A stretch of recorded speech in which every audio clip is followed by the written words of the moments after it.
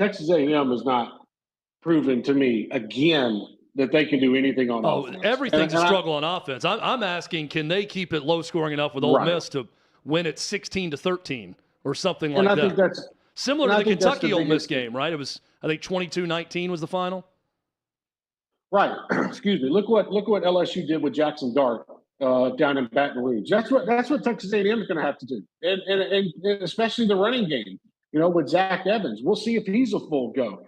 I mean, we can't forget that Zach Evans, one of the most prolific runners in the SEC, in my opinion, just because of the way he plays, has missed a few games this year that he could have contributed in a major way.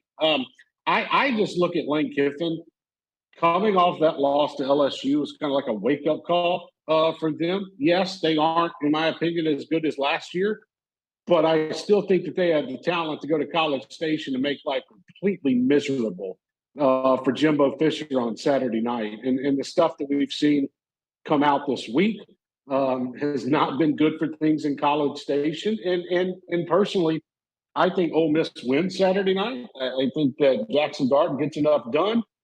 He outduels whoever is lined up at quarterback for Texas A&M, because I don't trust a single one of them right now at the moment. And we're going to wake up Sunday morning, Jonathan, Chad, and Paul, and we're going to have more questions for Jimbo Fisher, and his seat will get even warmer, in my opinion. Arkansas at 4-3 going to Auburn. How much can Arkansas still come out of this season feeling like it's lived up to what everybody was saying about it heading into the season? I mean, credit the Razorbacks for going to BYU and putting up 50-plus points when they were riding a 3-game losing streak. No, but I think this would be an interesting matchup just because 11 a.m. kickoff, Arkansas, Auburn. The games usually produce. You're looking at KJ Jefferson. You're going to have Robbie Ashford at quarterback for Auburn. And this is one of those games where Brian Harsin really needs to win. I don't think it matters one bit when it comes to whether he's going to be the coach or not next season. But if Auburn is going to keep players at that school when all this stuff is going on, they need to start winning. And they need to grab a win like Arkansas. They do. We've seen what? I think my math has been wrong because it's been a long week. 2 players have entered the portal this week, and then they've lost offensive linemen. So I think Arkansas shows up ready to play. I think Auburn is going to try to run the football down their throat. And we'll see which team prevails. But Saturday, it should at least start the day off in an interesting manner. So Shane Beamer's really feeling himself right now. He's talking trash to Mark Stoops after the game, saying he said something about wearing silly-looking glasses and dancing around, then decides to do it. Post-game, after they beat A&M and the week of, he's saying, hey, I had a reporter, one of you guys out there asked me if my team was going to quit when we were 1-2. Well, how about now? We've won 4 in a row and done this and that. And then I look up at what Vegas sees from South Carolina, and I see, Trey, they're a 3.5-point home favorite over 3-4 Missouri, a team that had a hard time putting Vandy away at home on Saturday. That tells me Vegas is basically saying these two teams are dead even because of 3 points for home field in South Carolina. What do you think of this game? This feels big, especially for Eli Drinkwitz in this game to get a big win on the road. But South Carolina, with their schedule, I mean, they're a win. If they take care of business in games they're favored, they're a win at Florida away from having 2 losses when they play Tennessee at home, the second to last week of the season, which is crazy to imagine when they were 1-2. With all the hype coming into South Carolina into the season, I was like, okay, I'm interested in this offense with Spencer Rattler and Austin Stogner and whatnot. And, correct. Look, here's the thing, too. Like, Shane Beamer's having a good time, man. They've won 4 straight. It feels like last season when they defeated Florida and then they defeated Auburn. And you're like, okay, this is an interesting football team. Like, that's what it feels like right now, where they went through a horrible spell. They had to play Georgia. They went to Arkansas and lost early in the season against KJ Jefferson. And Arkansas was playing really well. They weren't beat up either at the time. And then you just look at South Carolina, where they come out, they're up 17-0 before I can even turn the channel onto the game. And you're like, okay, maybe this squad is for real. And when I say for real, I'm talking middle of the pack, SEC East, but can beat you if you're not ready type of team. And I just feel like South Carolina, yeah, they're not getting much out of the offense, but they're getting a lot out of the defense and special teams. And I tend to agree with you about Missouri. They need a win. And I'm talking like a decent win, not a win over Vanderbilt, which we were close, by the way, Chad, last weekend of getting if Vanderbilt just wouldn't have screwed up in the fourth quarter. But I think overall, this is one of those games where don't let it be a trap. Don't buy into what you're throwing out there. You're on a 4-game win streak. Beat Missouri. 5 games, you'll probably be 19th in the country, 20th in the country. I don't know. Whoever loses, and you got a program that's on the roll right now. And if we get to that point in November where, I don't know, let's just say number 3 Tennessee is traveling to number 18 South Carolina with only 2 losses on their schedule, trust me, I will not have had that on my bingo card to enter the season. So let's talk about South Carolina's next opponent after this game and Vanderbilt, because you mentioned the close call at Missouri. But they've got a 25-game SEC losing streak. And I look around, and I like what Clark Lee has to say about everything. But it is so difficult to find hope for Vanderbilt football. And what I mean by that is they have no fans going to games. How do you keep guys truly engaged and interested in today's world where they can go anywhere else and play right away? The number one challenge to me for Clark Lee is to keep his current roster coming back. They did get over. To try to find guys that will come back and that young guys that will stay in the program. Then they've got a shot because they'll eventually get old and they can win some games. But how difficult is that when you look at the current state of things for Vanderbilt? I mean, it's deflating for them. Been talking with a few folks around that program over the last few weeks. It's deflating. Because let's not forget about this as well. You kind of mentioned it a little bit. You've got other teams reaching out to players on Vanderbilt's squad that they've seen that, you're kind of good. I think you can play in the SEC. You've proven yourself against other squads. You got that going on behind the scenes. You got a team that, yes, nobody is showing up to support them. And look, I don't blame Vanderbilt fans for not showing up to that stadium and watching the product, but they are trying to build something over there with the new additions to the stadium and how they're going to make the end zones and whatnot. And I think that's a great idea. But right now, when you have a team like Vanderbilt that's struggling the way they are, man, and trying to gain support around the community, he's got a tough time. And I don't know what they do and how they do it. Whenever they get their first SEC win, it will feel like winning a national championship probably for them. And that's okay. But when people think maybe Vanderbilt can get back to where they were under James Franklin, I just shake my head because that was just one of those once in a lifetime lightning in a bottle type deals. And I just don't know if Vanderbilt ever gets back to that point, guys. Follow him on Twitter at Trey Wallace _. You can read his work at OutKick.com. Trey, thank you as always, man. Enjoy the football weekend. Enjoy the game on Saturday. And we look forward to recapping it all with you next week. Thanks, guys. Have a great weekend. Appreciate you having me. There's Trey Wallace. Thanks. Joins us weekly on Thursdays here on the show. Armando Salguero will be with us in about 30 minutes or so. Looking forward to that. Michael McKenry joins us in just over 15 minutes from now. We'll preview the World Series. When we come back, Paul takes a look at the divisions across the NFL and tells us which divisions are most intriguing to not at all. That's next on OutKick 360.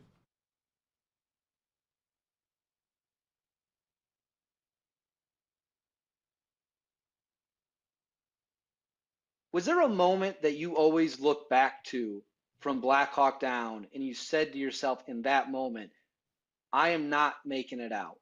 Like, I will not survive today because of this one thing. It was kind of the entire day, the entire night. There was a portion of time, I think, in the middle of the night where things kind of calmed down and it wasn't as chaotic, and we were just kind of sitting waiting for guys in helicopters to get, extricated and things like that. And it wasn't until the sun started to kind of peak back up where you're like, this is going to turn back on again. But for the initial assault and, 2 or 3 times that I went out into the city, it was just, I don't think any of us are going to make it out alive. And so every time we would kind of get back and be secure and all right, get more ammo, and we're going back out to try and find this other crash site. And I didn't think that it was happening for any of us. I kind of came to peace. I was just telling my son about this actually the other day, but I kind of came to peace with, okay, if I get hit in the chest, like I've got a plate carrier, hopefully that stops it. If I get hit in the arms or the legs, chances are I'll live. And if I get hit anywhere else, it's probably going to be pretty quick and traumatic and over. So I hope that I remember thinking specifically in the middle of the afternoon, I hope that I can just like look at the blue sky and have something peaceful to look at, not this whole, what I'm looking at in front of me. I hope that's not my last moments. And that kind of gave me a little bit of peace. This one, I picked it because the caption's just frankly funny. And it's also geotagged your mom's house. It says balls deep, as we used to say, long before it was a popular term. The meaning to us referred to how far into bad guy territory we were. These are a few picks from that day and also a pick of us getting ready to go. We lost a mate on this day, Andy Fernandez. Although he was brand new to the unit, he had just been assigned, he left his mark and will forever be etched into historic endeavors. R.I.P. Andy. So I know you probably can't get into specifics. The caption's hilarious, the top half of it anyways. But Yeah. Are you able to say anything about what this Instagram post is in relation to? That was post gunfight. I think it's been talked about in some book, someplace. So I don't read any military history stuff. So I don't know. People will send me things sometimes where like, oh, this must be from this book that so-and-so wrote about. Like, I don't know. It was kind of post gunfight. We were outnumbered and surrounded by, 130, 150 dudes, and had, at least beat everybody back enough that, that was kind of that moment when that picture was taken. So we didn't necessarily know at the time, like, it was any gunfight is a scary moment, and, you don't really necessarily know the outcome. But it was almost, for me and where I was, it was almost a fun gunfight. Like, they couldn't hit me where I was, and they couldn't hit my group where we were based on the terrain. And so we were almost kind of laughing, running back and forth, shooting at these guys over here, go grab some more ammo, go shoot at these guys over here. And so it wasn't, a terrifying moment. It turned into not to be a terrifying moment. But then we started hearing radio calls, hey, we got some people hit and injured, and okay, well, now this is a serious thing. It's not a funny thing anymore. And if anything, the post kind of reflects that, where, Right. Initially, hey, haha, fun. This was, a good day. And then, somebody paid the ultimate price that day. And but that's about as much as I can say.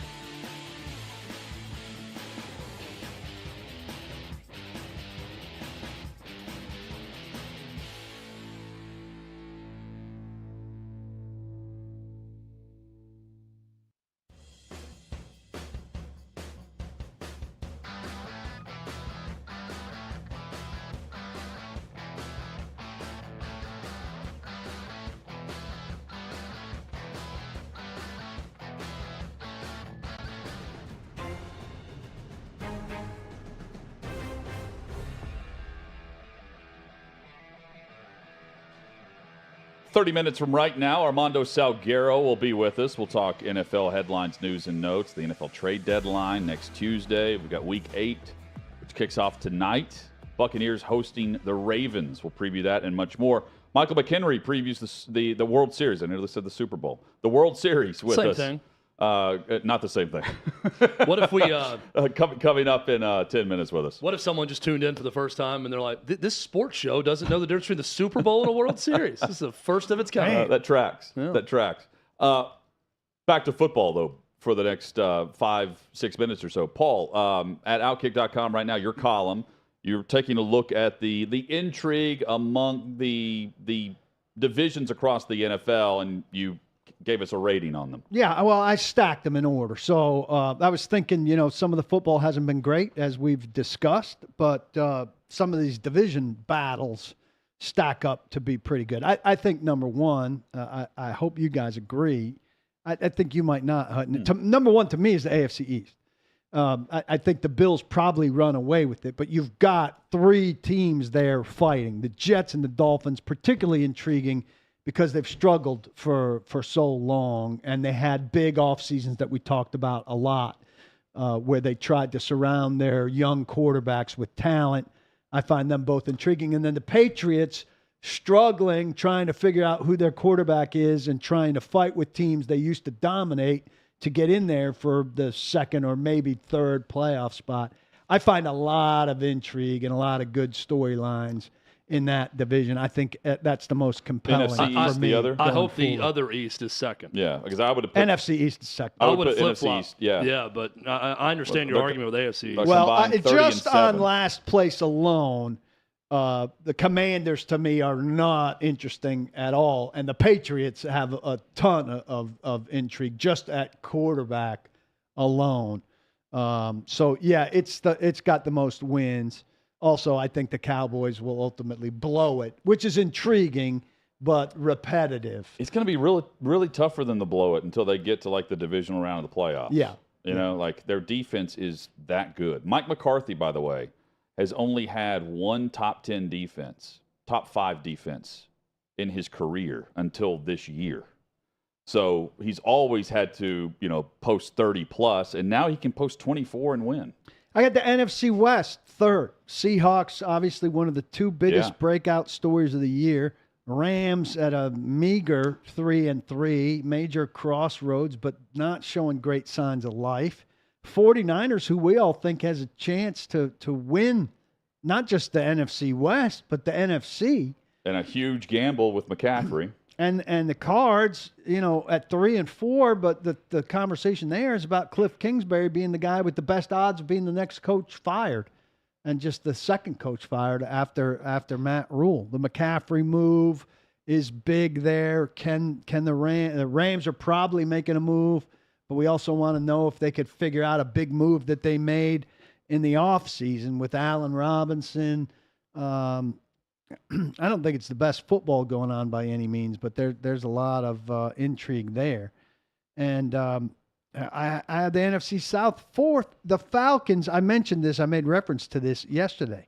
The Falcons have $78.5 million of dead cap money this year. $78.5 million. And they have the same record as the Buccaneers, albeit the 3-4 record. One of those teams came into this season expected to perhaps run away with the NFC. And the other, some people would have said, would have contended for the number 1 pick in the draft. And they are the Falcons have lost 2 games in the division, so they've got some ground to make up. Their 2 best wins are against Seattle and San Francisco. I think something we know and others are finding out, Arthur Smith can coach. Yeah. Well, $78.5 million of dead money. Imagine when they've got very little dead money next year. So there's a bit of cloak and dagger here. They trailed by 21 points last week, and Mariota attempted 14 passes in the game. 21 quick out of the gate against Cincinnati, and they only attempted 14 passes. They've won some games, but they're running 33 times a game. Their defense can't rush the passer. I mean, they've got a lot of problems. Yeah. But so do the Bucks. The Bucks are averaging, and you've emphasized this. I just don't like teams that can only win one way. Their root problem in Tampa Bay is that they can't run. Guess what their running average is a game? Like just over 3 yards per carry. 64.4 yards a game. That's bad. Worst in the league. And that's a foundational problem. We know. I mean, you don't have to be a running football team. You got to find some balance. Last. Dead last. There's no intrigue. You're right. No, I mean, the Titans are winning the division. The only intrigue comes as to whether they can win a damn playoff game. We've said this. I've said this a lot. I mean, the Titans' intrigue to me, there was very little, only a little bit of question coming into the season. I thought they'd probably end up in a place where their season starts in January. Can they win a home playoff game with Ryan Tannehill? I've been saying that since last January when they lost. We kind of said it the week after the game. With him, you're going to be in the same spot. And that's why I say you can't run it back with them again if it's just, we made it to the playoffs, hooray. And it'll be 3 years in a row that they lose a home playoff game, conceivably, if they lose this one. And if they win it, it's not going to be because of Ryan Tannehill, we wouldn't think. Check it out. AFC North a bit underrated, too, just because everyone's bunched together. We'll hit this later with Armando and much more. Coming up, World Series discussion. Michael McKenry looks into the numbers for us. That's next on OutKick 360.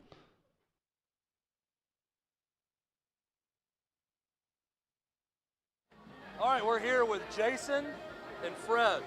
Father-son combo. It's not Father's Day, but it will be here today for Colts Titans.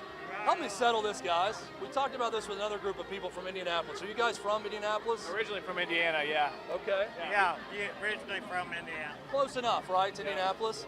If I said, what is the culinary tradition? What is the food in Indianapolis to get? What would the food in Indy be? Nashville, there's hot chicken, there's barbecue, there's soul food. What about Indy? Ribs? That's tenderloin. Tenderloin. Yeah, ribs, I would say. So the people before them said fries. This is a much better answer with tenderloin. Do you guys fear that Matt Ryan's going to fumble 8 times today? No, he's got all the fumbles out of his system. He's good to go. They're done. Yeah, I believe that. Yeah. Do you like your coach? I like him. I just wish we had a better head coach. I'd love to keep him on as like a coordinator, but I don't think he's a head coach. I don't think he pushes them hard enough. How should he push them harder? I don't know. Like withhold water from them at practice? Yeah, our beer for the week. Did you watch Junction Boys back in the day, Bear Bryant, when he went really hard at those kids at A&M and they had to put the one kid in an ice bath because he was dehydrated? Should Frank Reich do something like that? He needs to adopt the Junction Boys mentality. Yeah, I agree. Would the Colts win the Super Bowl if Frank Reich, instead of giving his team water, gave them salt tablets like they did back in the 1950s? I think they'd win the Super Bowl. I think they'd win the Pro Bowl. I think they'd win it all. I got to agree. So you heard it here first. Hydration is not key. It's a lack of hydration that could get the Colts back to a championship level. What's your prediction for the game today? 27-24 Colts. Oh, I was going to go 21-20. I'd say 21 Colts. 21? Yeah. Are you aware the Titans have not scored more than 24 points this year? So if you go over that, you got a good shot at winning. Yeah. Does that make you feel good about I things? feel great about it, yeah. Yeah, I feel good about it. What's been your favorite thing about Nashville so far? You guys have been here. Oh, I live here, and so, I mean, we moved down here in 2011. It's just the culture, the blend of people. It's just a fun town, something for everybody. So by living here, you've announced that Nashville better than Indy in the entire state of Indiana. Is that what I'm hearing? That's why I'm here. If the man looks for opportunity, I respect it. What about you, sir? I love the people here and the spirit, it's good. You know what else is good here, and it's universal everywhere? This. Yeah. This right here is very good here. Absolutely. He watches me with this. He cuts me off. Don't ever watch your dad when it comes to drinking. We're not here to count drinks. We're here to have fun. And this is a great father-son moment that's about to be ruined by this guy because he's counting his dad's damn drinks. Come on, Jason. I'll try better. Hey, guys, have fun today. Thank you. Jason, Fred, they're the best.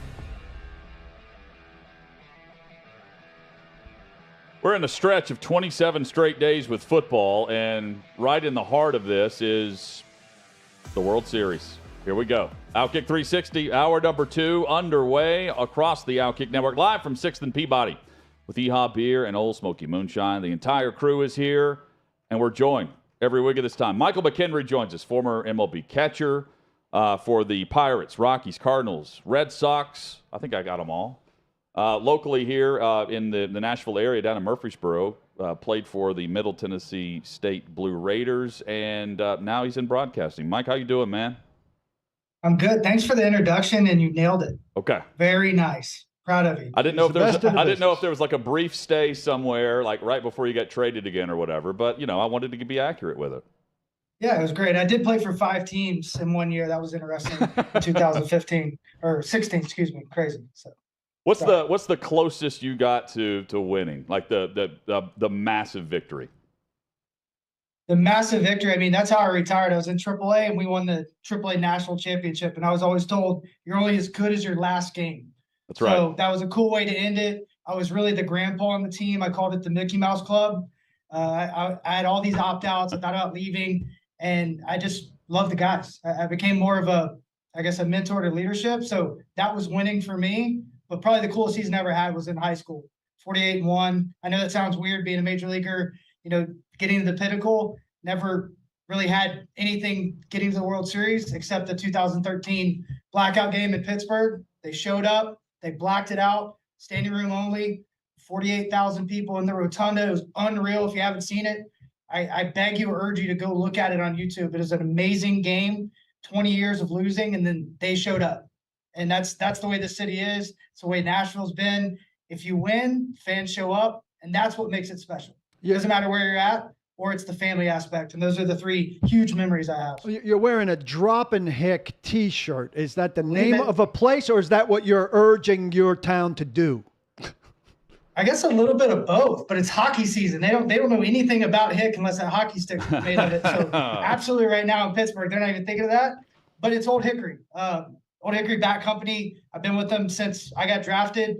They're very loyal, great people, Tennessee, and that's why I wear it. They sent it to me today, and I was like, Droppin' Hick, I love it.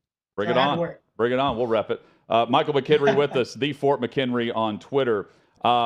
Big chance here for Bryce Harper. We know the storylines here, and now he's got a chance to win it. And the tear he's been on through the postseason. Explain now the game plan for Houston pitching him with the hot streak that he's on, and maybe the normal game plan heats up even a bit more based on just how accurate he's been swinging the bat. I think the crazy thing for me, Hud, is how crazy he's been all year long. This is from Baseball Savant. It kind of shows they can't figure him out. They're not necessarily just throwing it right down the middle. He's an inside-out approach guy. So what that means is he's going to work so far inside the ball that he usually runs out of bat away. That's not been happening this year. He's crushing the ball opposite field. You see all those balls that they're trying to get it out there, so he runs out of bat, but he's not running out of bat. As good as he is staying inside of it, I used to say this guy can stay inside a bullet, and you can get him out of way if it's running away from him. Now his approach has changed. He's grown up. He's 30 years old. He was the phenom, the prodigal son of baseball. Sports Illustrated, New York Times, everywhere at 15. He's lived up to it. I mean, the owner literally hugged him and said, I don't think I paid you enough. I underpaid you, Bryce. And that's true. If you look at his analytics, put it all together, his value has been remarkable. And let's not forget, UCL tear, wrist surgery, leadership, and he's playing like he's 8 years old in Little League. It's so fun to watch. I've seen this guy grow up from the little kid that had a little too much ego, took some humble pie, and then really has become something really special and could potentially be the face of baseball moving forward because he has that type of personality. Let's stick with the Phillies. A guy I've always enjoyed watching is JT Realmuto. And you played catcher in the major leagues, Michael. Would you say that his athletic ability and ability to steal bases may be a little bit different from yours in your playing days? What does that mean? I'm just Do asking I not the look question. like I'm built for speed? I didn't want to infer anything. I'm just simply Chad's asking honest. the question. Is absolutely. Is he built a little bit different than you in terms of athleticism? Yes, let's just say he'd be running the out route down the field, catching the ball with the 38-inch vertical, showing out the combine. I'm the guy that just needs to get under the bench press. So I get you there. And the reality of it is he's changing the game. behind the plate. I think he's done a remarkable job of going from a negative 25 with run value, with receiving, to one of the best receivers in the game. He's one of the best blockers in the game. He is the best thrower. And let's just throw out, he has an inside the park home run in the postseason, and he stole 20 bags, hit 20 homers. Last person that did that was one of my all-time favorites, Pudge Rodriguez. It's special what he's doing. I love that he gets to be able to highlight it. He does it year in, year out. With all the offensive numbers going down, especially at premium positions, this guy has gotten better and better and better, and he's still in his prime. How do Astros construct a bullpen that's all right-handed, and how does that work so well for him? I heard through the very brief series that I got to watch against the Yankees that all these righties are simply really good against lefties. Is it that simple? Yeah, it's actually something that I wish they would have found out sooner. My career would have been a little bit better because I used to pitch hit against every lefty. I was a career like 200 hitter against most lefties. If they didn't throw hard, I had a hard time with it. Now the numbers tell the story. So you look at this right here. This is, in the postseason, but these guys have been good year after year after year. They've thought outside the box. They've really been creative, and they've enhanced each guy. I mean, Verlander's a great example. That guy on the screen, Presley, has been absolutely dominant, but he's a great example of a guy that gets lefties out. The curveball is an incredible pitch, gets underneath that barrel, below the zone to lefties, and they have a hard time hitting it. So sometimes these lefties that are coming up, it's better that they're seeing a righty that's balls breaking into him. Just talked about Harper. Lefty right now, he's going to throw it out away from him with the breaking ball, everything else. The righty can cut him off with that inside-out approach. So you kind of look at the matchups. Who's going to maybe match up here? What are you looking for? If you're looking for a ground ball, you may do something a little bit different. But when they changed the rule to you have to get 3 outs or face 3 hitters, that changed the game. They had to look at it different, and that's really helped Houston in this scenario. Did they figure that out after they had good righties and say, hey, we could survive this? Or did it go the other way? Like, we can, let's get righties. We can make it work with righties, and lefties are maybe overvalued. I mean, you've been around professional sports long enough. They pat themselves on the back that they were on the forefront. They did it themselves. The reality is they have really good players. They have really good advanced teams, an analytical department that brings this stuff down. They use technology well. But if the players don't own it, it doesn't matter. So the reality of it is all those guys have gotten better against lefties too. So you got to give ownership to the guys, say, great job, all the departments that are working there. But I guarantee if you ask them, we worked really hard to be ahead of times. The same speech, same song and dance. And I hate it's that way. It should maybe think about it and say, we just worked really hard and it worked out really well. Michael McKenry, our guest. From the analytics standpoint, I hear about the Astros and what they do behind the scenes, and I'm thinking, man, there must be a stack of information, right? And I'm sure they go through, they kill a tree like I do every day on the show. But when it actually gets down to the player, how is it simplified? Or is it? Is it just because too much information can be overload and you're not really retaining anything? How is that relayed to the player, organization to organization, and based on who you were playing with, who did it best? The best way to describe it is when I first got out of pro ball and I was really learning all the analytics, diving in with just a bunch of nerds. Honestly, I loved it. I didn't realize how cool it was, how much it could enhance my career. Well, I started telling kids this stuff. And hey, this is how it can benefit you. The eyes gloss over. They have no clue what's happening. So I had to rethink that. That's what these teams are doing. The best teams are empowering and giving suggestions. Here's a suggestion of what we see. Take it, see what's in front of you. How's the movement on the pitches? All these different elements that's within the game, in the game. So you have weather, you have ballpark, you have situations. Are you feeling good? Something going on at home? That's only for you to answer.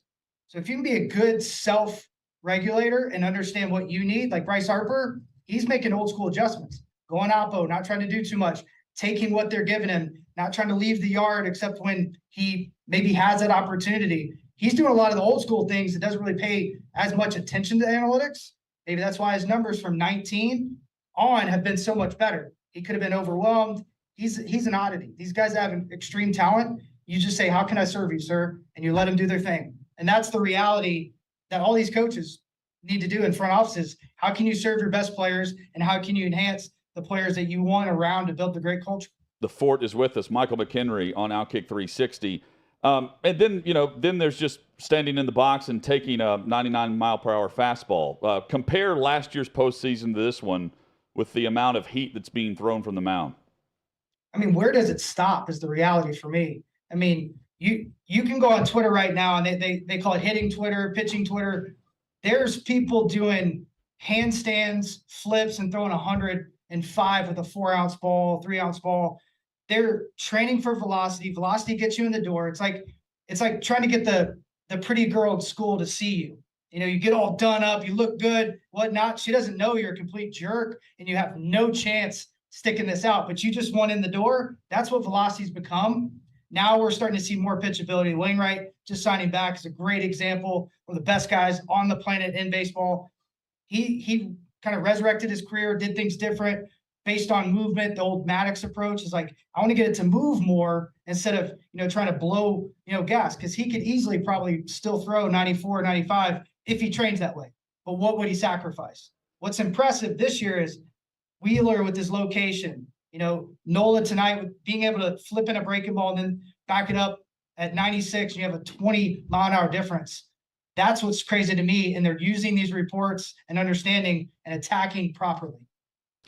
Of all the teams reported for Aaron Judge that's going to be in the mix, what is the best fit from a baseball standpoint for Judge of where he should go? Yankees. I mean, no doubt in my mind. Like, I don't think he would have beat that record if he wasn't a Yankee. I don't think he'd be the same person. I think the aura he's created, the legacy he's created there, they tried to use that to their advantage early on. Like, we're going to kind of push this down the road. He wanted to get it done. So that's where I think he's going to be. But I heard an interview the other day, and he has a chip on his shoulder. He's pissed. He's going to make them, bring out that pocketbook. And it's going to be years in length because of his injury history, is my guess, or deferred money. And to be honest, the Dodgers and San Fran are going to go after him so hard. Mookie Betts already saying he'd move to second base. Big deal. They have a lot of money coming off the books. So those are the three teams I see that could do it. And there's always an outlier. There's always an outlier because you have these teams like Seattle that could throw $50 million at him 1 year, next year, and then defer. Sign him to a deal like the Twins shortstop, Correa. It's 2 years, and then it's an option. Dusty Baker's managed for 25 years. He's gone to 2 World Series. He's lost them both. He never would have had this job but for a scandal that forced them to go out and find a nice, easy solution to a big problem, and he inherited a remarkably good team. The announcers wax about this guy like he's the greatest manager in the history of the game. How good a manager is? He's a great person. How good of a manager he is, I have no clue. And the reason why I say that is because I don't even know if he's managing the team. He's overseeing the dugout. He's in the meetings. He's giving his suggestions. But I know 1 or 2 really strong things about Dusty Baker. He fights for his guys. He's been fired for it. He got fired in 13 from Cincinnati for sticking up for a hitting coach or something. The rumor has it. He stuck up for Barry Bonds recently, didn't go back. It'd be easy for him just to wipe his hands. I respect him. He came up to me when I was a rookie at a steakhouse and gave me advice, and I'll never forget it. And that's why he's there. He's there the same way Bochy just went to Texas. He's there as a staple, a face, and like you just said, Paul, the reality of like, it's the best solution right now. And he gives the old school take. I think that balance is so important. Old school, new school, let's mix it. They already had the new school. They got in trouble with it. Now they bring in the old school, a guy that's liked around the league and that will fight for his guys. If you saw him dance too, that probably made his pay go up at least. Why does he wear the gloves? Do we know? Is it like a Howie Mandel thing? Have you noticed he wears the black surgical gloves during games? Is this a COVID fear thing? What happened with that? Do you have any idea? No, I used to love the wristbands. Now it's like, maybe it's a good luck charm. I'm not sure. He just hasn't taken it off. He looks like a food prep worker, like when he's managing the team. Like he's putting the stuff on. He's going to put his hands in some pulled pork. He makes a guy a sandwich. Turn it up for something. That's how nice a guy is, Chad. He makes guys sandwiches on demand. I saw that. I'm like, is it a germaphobe thing? But I feel like it started recently. So I'm not sure, but maybe I'm the only one thinking that when I see him. But I thought you may know, being an inside baseball guy. Apparently not. Well, Chad, maybe we can get some stuff together, send him some gloves and some pulled pork with some barbecue sauce, and say, hey, like, just want to give you a heads up. Tennessee's got really good barbecue. I'll take it to him. So maybe you should play with this. Text someone that you've played with that's in the Astros organization, and please come back with an answer next week for us on why the gloves with Dusty Baker. I'd love to know. All right, I'll reach out to somebody. I'll see if I can find out. That is different. I almost don't notice it anymore because he's literally been doing it for 2 years, huh? Michael McKenry, our guest. Who's the outside difference maker, X factor in this series? The middle relief for Philadelphia is the X factor. And the reason I say that is they've been riding a high. I mean, a really, really strong high. And I don't know how long they can withstand it. There's been some adjustments with Alvarado. Robinson's back. He got to close that game the other day. That was a huge, huge blessing for Philadelphia. But those are the things. And I'm going to go back to Philadelphia because I think Houston's just a better team all around. They don't look like they have a lot of holes. And if they start out hot, it's really tough to stop them. But if you look around Bryce Harper, we just saw with the Yankees.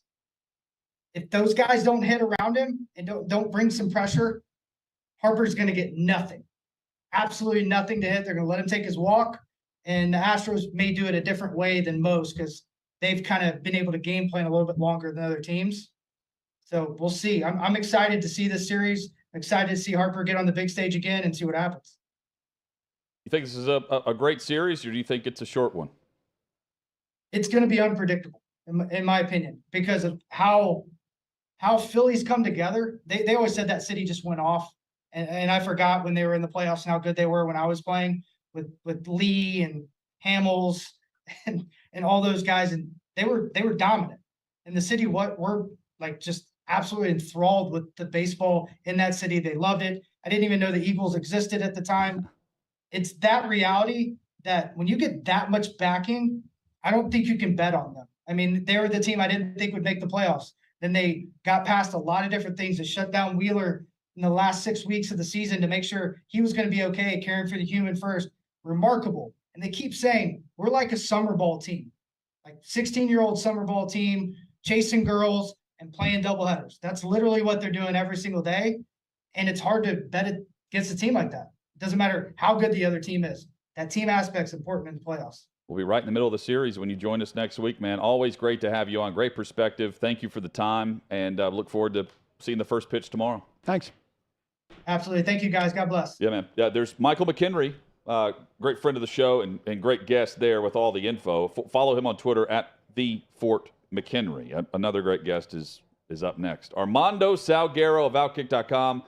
We switch gears. We'll preview the NFL slate of games for Week 8. That's next on OutKick 360.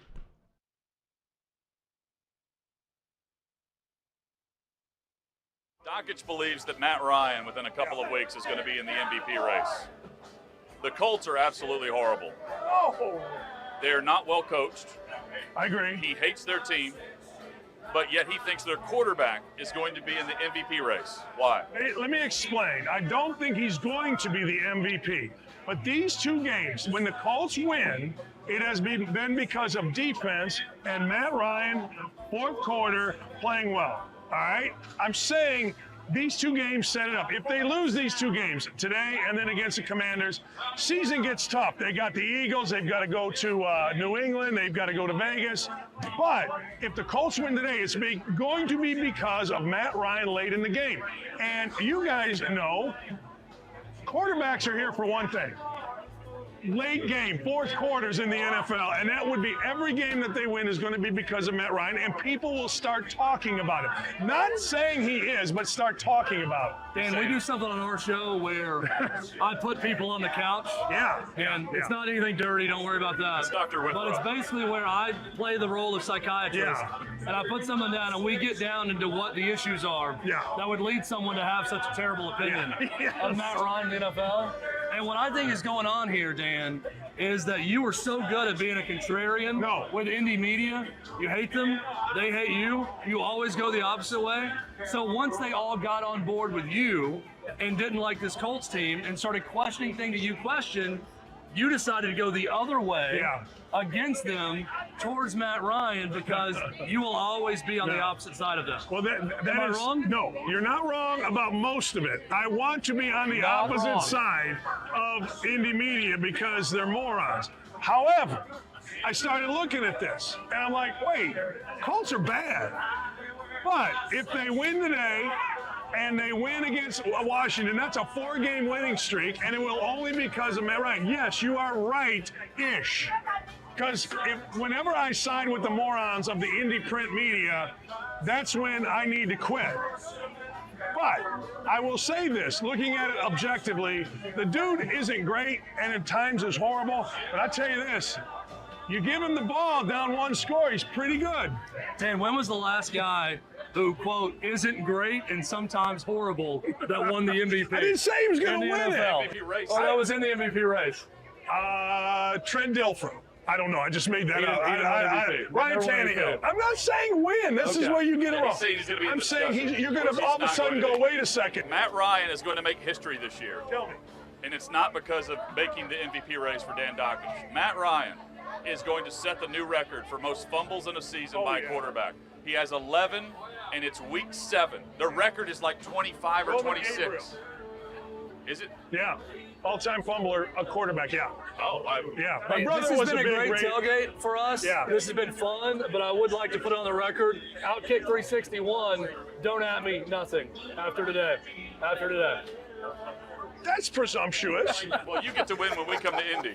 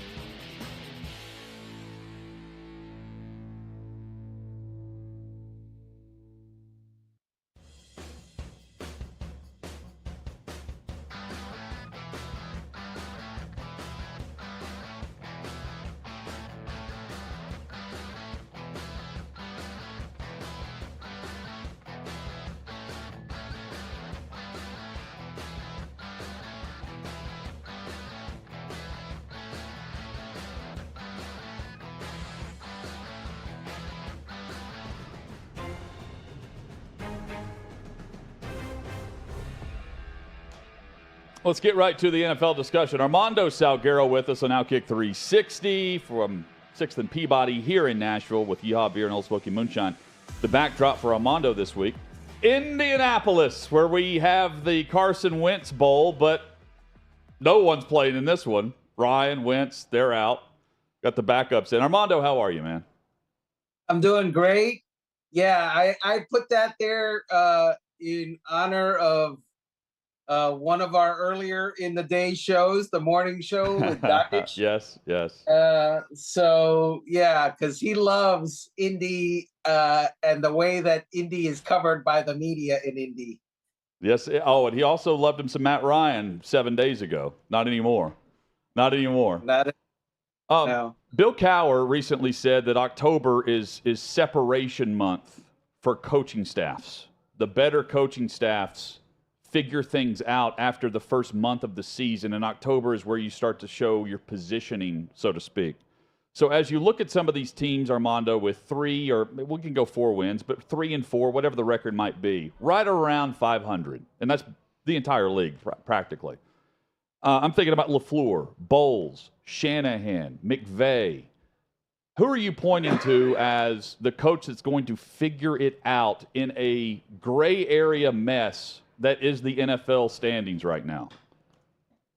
Yeah, in that regard, Pete Carroll was a little bit late because Pete Carroll, sorry, Cowher was a little bit late because Pete Carroll was a month early. Yeah. He had obviously a good / great draft, and he had an underwhelming quarterback situation, and somehow they have turned that into the best team in the NFC West. Who saw that coming? And that happened right out of the gate. And I don't think they're going to fall back. I think they may get better because of their young guys. I get it. Geno Smith may have a regression to mean eventually, but as long as he doesn't turn into a game wrecker, that team's going to be okay. And if they play 500 ball the rest of the way, they're going to be in the playoffs. I'm with you. I don't know if I'm buying LaFleur in Green Bay, right? Like, I know Rodgers can play. But LaFleur's got to figure some things out. Rodgers is, I think we all expect Rodgers to be vocal and he's running things, but for years he complained that he wasn't, and they've not had a losing record at this point since his first year as a starter or something. To me, Green Bay's that's the organization to me, Armando, that should be pivoting to move forward in the standings and be in position by the postseason. I don't like the dynamic for the Packers. It's icky in that you mentioned Rodgers is running things. That's not far off.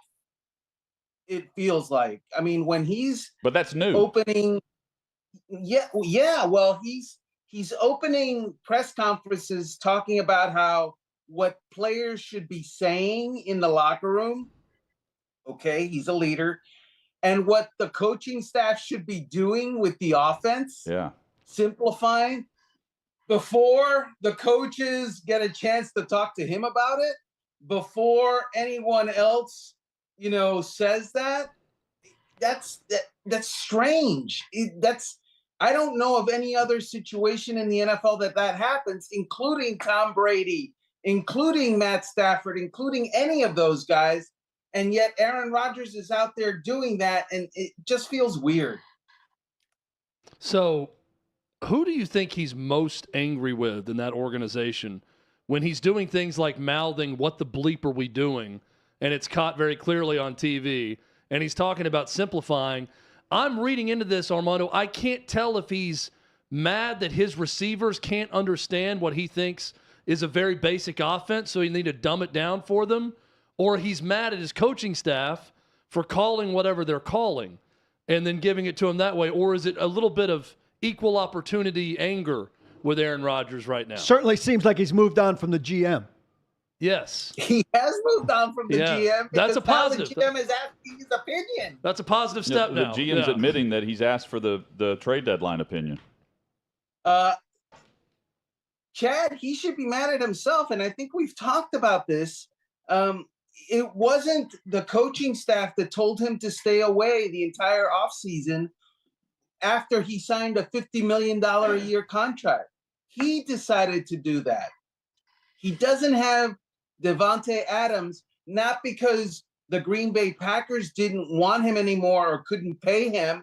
They, in fact, did want him to return and could pay him, but Devontae Adams decided he wanted to be elsewhere because he heard and believed Aaron Rodgers when he kept talking about, "I'm retiring."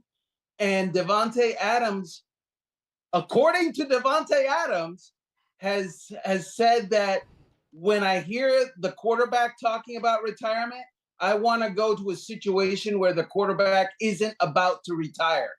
So who's at fault for that, if not Aaron Rodgers? All fair. In Denver, unusual timing of the ownership change. So outgoing ownership hires Nathaniel Hackett, makes the Russell Wilson move, which a lot of people would have made. But now there's new ownership, and things have been really ugly in Denver, particularly on the offensive side of the ball. What do we think as Denver is in London now for a game?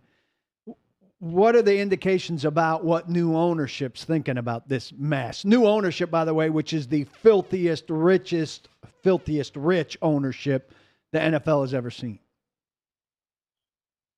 I don't know how Walmart runs its business as far as getting rid of people or being patient with people. So, those people are basically Walmart heirs. And I would think that whatever culture they had at Walmart will be brought over. Having said that, today, George Payton, the general manager, and admittedly, the guy that made all these decisions, Paul, including hiring Nathaniel Hackett, including giving Russell Wilson a $245 million contract before he saw him play for the Broncos. He said that Hackett is here to stay. He said that he's comfortable with the Wilson contract and he's comfortable with Wilson and he doesn't see any changes. That runs counter to the rumors that everybody has been hearing about if they lose in London to the Jacksonville Jaguars, there's going to be change afoot. Hackett may go. I don't know what they can do with Wilson because he's going to stay and they're not going to bench him. So everything that you hear about them having players on the trade block, about them possibly being sellers at the trade deadline, today, George Payton said that's not the way we're headed. And so who do we believe? Do you believe George Payton or your lying eyes? Armando Salguero, our guest, will preview tonight's matchup on Thursday Night Football, Ravens and Bucks, in just a moment. Is Robert Quinn's addition in Philly a mirror of what Buffalo did by bringing in Von Miller this offseason? Is it the same impact, just on the opposite side of the NFL? No. Robert Quinn had 18 and a half sacks last year, Jonathan, and that's a lot. That's really good. Second. He's got one. He's got one this year. Yeah. And one tackle for loss. And so Robert Quinn and Von Miller are not congruent under any circumstances. Von Miller has that special elite ability that when the game is needing to be closed for his team, he has a history of being able to be that guy to close it. Robert Quinn is a very good, very solid addition for the Philadelphia Eagles, and he's going to help because it's an addition, not because he's an individual. It's more to a team that already was number 10 this year in sacks and in pressures. But because he's Robert Quinn? No, because he's an extra help, an extra body. He's good. He's not a star, I think. No, that's fair. I mean, his numbers last year were undeniable. But to your point, I mean, his numbers this year, if we're going to reflect on last year's numbers this year, have not been close to that. And he also played half the season last year with Khalil Mack on the opposite side, rushing the passer as well. Tonight, Buccaneers, Ravens. The Ravens won last week. They get off the schneid. They have a special teams play that helps them. They win 24-20 over Cleveland. Meanwhile, you've got the Buccaneers who have lost a couple in a row now, and they're looking ahead at 10 days rest going into the trade deadline with a chance to assess where they are. They need help up front. They need help in the run game. They need help everywhere, as you wrote this week at OutKick. Is this a pivot point for both teams tonight? I'm not sure that it's a pivot point for the Ravens. The Ravens are going to be the Ravens after this game, like they were before this game, I think. There's not going to be something seismic happening in Baltimore if they lose this game, I don't think. If something like a loss, in fact, if a loss happens in Tampa Bay tonight and they have 10 days between now and their next game, and say, for example, their offense is once again, ineffective, and once again, I mean, the idea that Tom Brady has scored 3 points last week, and they got 1 touchdown in 2 weeks. Yeah, 1 touchdown in 25 possessions. Unbelievable. It's Okay, insane. And they have yet to score a touchdown in the first quarter all year. Correct. Who does that? Who's responsible for that? I would say the guy that's scripting the plays is responsible for that. And that's where, Bruce Arians is still there. And they've got Tom Moore in the background as well. And both of them have been offensive gurus in their time. And so I'm wondering if that might lead to some adjustment. I don't think they're going to have any firings, but adjustments are in the offing if they lose. And by the way, Tom Brady hasn't lost 3 games in a row in 20 years. If this happens, this is not a small thing. Sound the alarm. And their defense is not playing like predicted either. That's not the backbone of the team anymore. They're allowing big runs, and that's what Baltimore does well here, and Tampa can't run it. So we'll see where the X factor is tonight. Throughout the rest of the big games, though, the Bills, they're back off a bye. Green Bay's there on Sunday night. It's been a while since we've seen Rodgers face a point spread quite like this, where I think it's 11 or 12. Paul, you said like 12.5 earlier in the week. Meanwhile, the Bills come off the bye week. They certainly come in healthy with this game, and they've got Josh Allen dealing. The Packers can be in the same boat as the Buccaneers here as we go into week 9, where they've lost several in a row. Right. And I think that Aaron Rodgers said it when he said, this is a game we might get exposed. Yeah. And he said, maybe this is just what we need. And I'm thinking, man, nobody needs that. It's not. If that's what you need, that's bad need. Okay. That's terrible. The Bills are getting better. They're getting healthier. Tre'Davious White eventually will be starting at cornerback for them. And he is not a good cornerback. He's an elite cornerback, and he hasn't played all year. And now he's practicing and started practicing last week and has been practicing this week. They're going to get better. The only game that they lost this year is a game where the entire secondary was out. Not 2 guys. Not all 4 guys were out. They brought up the practice squad. They pulled them up like AAA in that game because everyone was out. It's amazing. And obviously they lost in Miami. Good on the Dolphins. But I don't get the feeling that unless they face that kind of situation, they're not going to be losing to teams like, New England and the Jets and even the Dolphins, barring injuries. How do you think it plays out at quarterback in New England? They're going to be drafting someone pretty soon. And I think that what we're seeing from Mac Jones is not strange, given what he did last year. I thought what he did last year was strange. I thought that what we're seeing is regression to mean. And with Mac Jones, I don't have a whole lot of hope that he's going to be elite.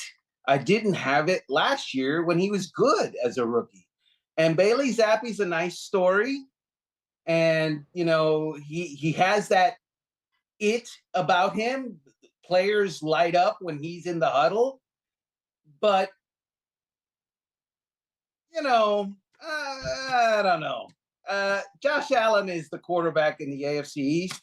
And I think that if you have a quarterback controversy, and they obviously have it because Bill Belichick refuses to name a starter, even when Mac Jones is healthy, which is like, the answer should be yes, he's the starter if he's healthy. He refuses to say that.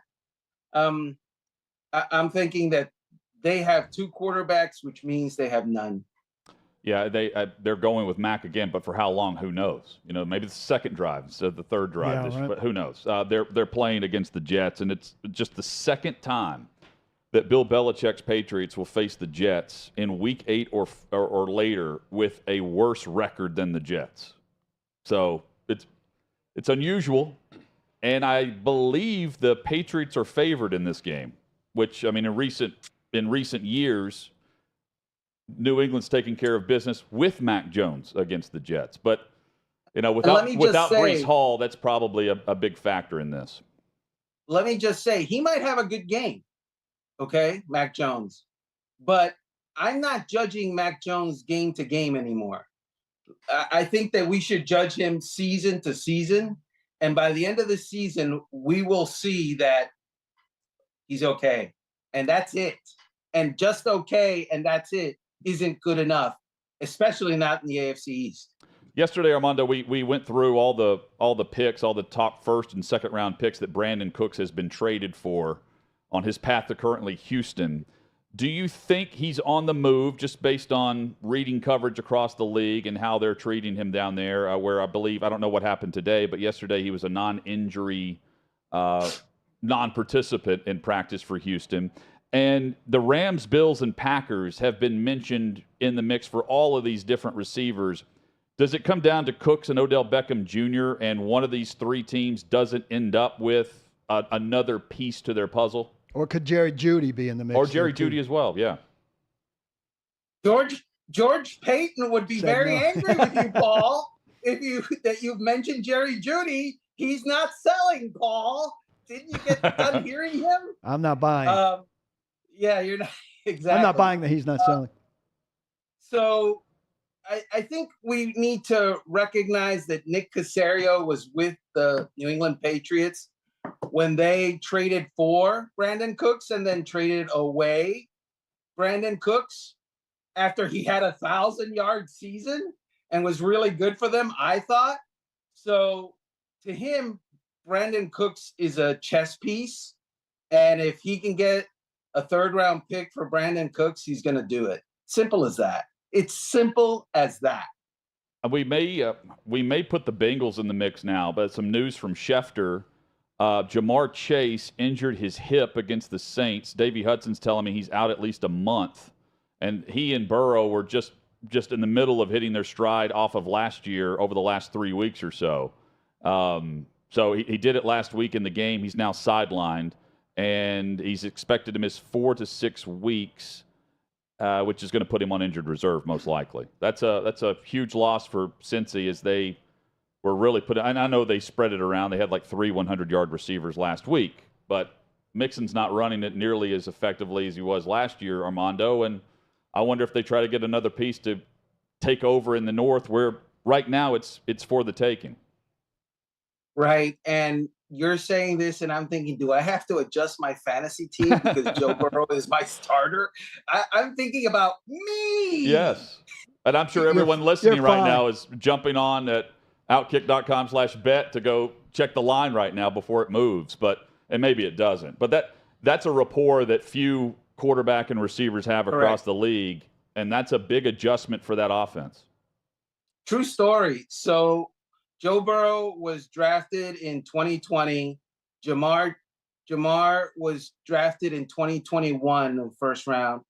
When he was drafted, he got to town. He went to Joe Burrow's house and saw where he lived, and then went house to house to all his neighbors, asking them if they would sell him their house because he wanted to live on the same block as Joe Burrow. That speaks to that chemistry, that cohesion that those two have, that if this report that we're talking about is true, is going to be lacking from the Bengals offense going forward for a bit. Did he get a house on that block? Do we know? He did. That's awesome. He did. Dude, if Jamar Chase, if he goes and he knocks on your door and he says, I want to buy your house, and you say, I'm not selling, and he goes, I really want to buy your house, there's going to be a good reason for you to sell them at your house. I think it's a good idea just to have that number in your head in case that happens. If someone comes to your house and says, I really want to buy this house, have your number in your mind and just say, all right, it'll be this number. And then if they say yes, all right, well, we'll get the moving trucks out. We'll get the paperwork done, and I'll be out of here in the next couple of weeks. Armando, I have a number in my head that I use when I get those random real estate companies that call me, but they haven't said yes to it yet. Well, do you live next to Ryan Tannehill's house or No, something like that? I do live around the corner from a good comedian who's well known, but I don't think anybody wants to live. The ex-Titans. I don't think anybody wants to live next to Nate Bargatze that badly. Armando, next week, can your backdrop please be the block where they live? Yeah, that'd be great. That'd be awesome. A little Google map back there. Hey, man, enjoy the games. I'm intrigued with the storylines of tonight. Even if it's terrible, it's reality TV at its finest with everything going on with Brady. And then now the Ravens with the same record as the Bengals without Chase. It's a chance to pick up a game here. Thank you, man. We'll be reading your work at OutKick. Thanks. Thank you. Armando Salguero, one of our favorite guests of the week. He's the man. Always crushes it. Great job. More NFL news and notes, trade deadline rumors and reports. That's next on OutKick 360.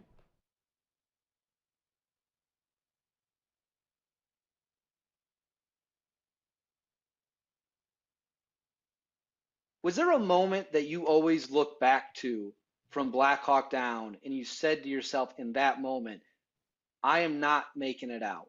Like, I will not survive today because of this one thing? It was kind of the entire day, the entire night. There was a portion of time, I think, in the middle of the night where things kind of calmed down and it wasn't as chaotic, and we were just kind of sitting waiting for guys in helicopters to get extricated and things like that. And it wasn't until the sun started to kind of peak back up where you're like, oh, this is going to turn back on again. But for the initial assault and 2 or 3 times that I went out into the city, it was just, I don't think any of us are going to make it out alive. And so every time we would kind of get back and be secure and all right, get more ammo, and we're going back out to try and find this other crash site. And I didn't think that it was happening for any of us.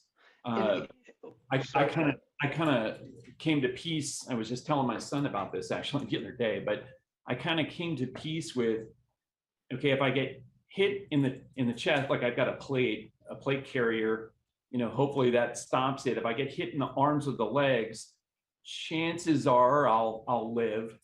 And if I get hit anywhere else, it's probably going to be pretty quick and traumatic and over. So I hope that I remember thinking specifically in the middle of the afternoon, I hope that I can just look at the blue sky and have something peaceful to look at, not this whole, what I'm looking at in front of me. I hope that's not my last moments. And that kind of gave me a little bit of peace. This one, I picked it because the caption's just frankly funny. And it's also geotagged your mom's house. It says balls deep, as we used to say, long before it was a popular term. The meaning to us referred to how far into bad guy territory we were. These are a few picks from that day and also a pick of us getting ready to go. We lost a mate on this day, Andy Fernandez. Although he was brand new to the unit, he had just been assigned, he left his mark and will forever be etched into historic endeavors. R.I.P. Andy. So I know you probably can't get into specifics. The caption's hilarious, the top half of it anyways. But Are you able to say anything about what this Instagram post is in relation to? That was post gunfight. I think it's been talked about in some book, someplace. So I don't read any military history stuff. So I don't know. People will send me things sometimes where oh, this must be from this book that so-and-so wrote about. I don't know. It was kind of post gunfight. We were outnumbered and surrounded by 130, 150 dudes, and had at least beat everybody back enough that that was kind of that moment when that picture was taken. So we didn't necessarily know at the time it was any gunfight is a scary moment, and you don't really necessarily know the outcome, but it was almost for me and where I was, it was almost a fun gunfight. Like, they couldn't hit me where I was, and they couldn't hit my group where we were based on the terrain. And so we were almost kind of laughing, running back and forth, shooting at these guys over here, go grab some more ammo, go shoot at these guys over here. And so it wasn't, a terrifying moment. It turned into not to be a terrifying moment. But then we started hearing radio calls, hey, we got some people hit and injured, and okay, well, now this is a serious thing. It's not a funny thing anymore. And if anything, the post kind of reflects that, where, Right. Initially, hey, haha, fun. This was, a good day. And then, somebody paid the ultimate price that day. And but that's about as much as I can say.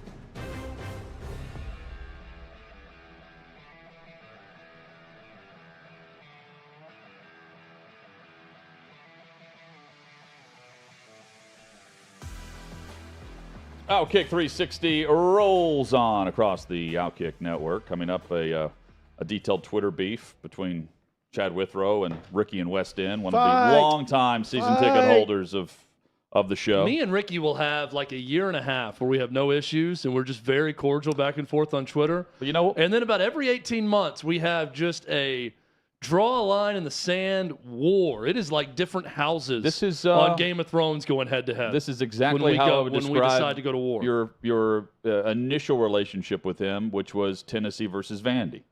Well, it was our initial battle was something over Pat Summitt not being considered one of the great coaches in the history of sports. Because he's a Vandy fan. Well, because he's a Vandy fan, but because essentially she, feasted on teams that weren't any good for years. Okay. And now 12, 13 years later, we'll find out what it is. Yeah, well, we got another battle. I'll explain. Big shocker, Julio Jones will play tonight.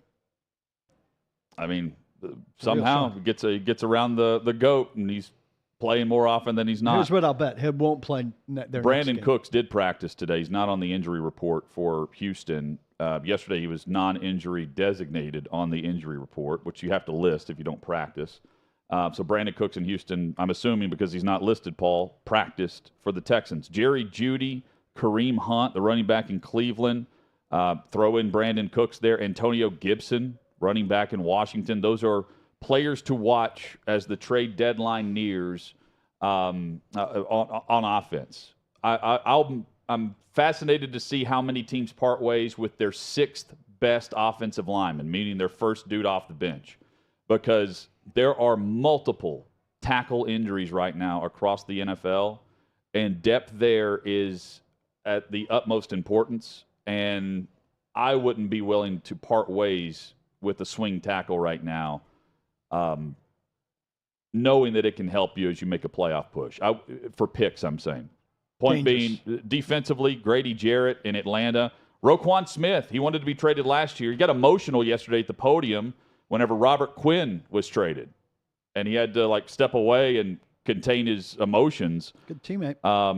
And Paul, your guy, Jadeveon Clowney, also being mentioned on the trade block. Trade for that guy. You have to magically look for his effect on the game. Headlines next.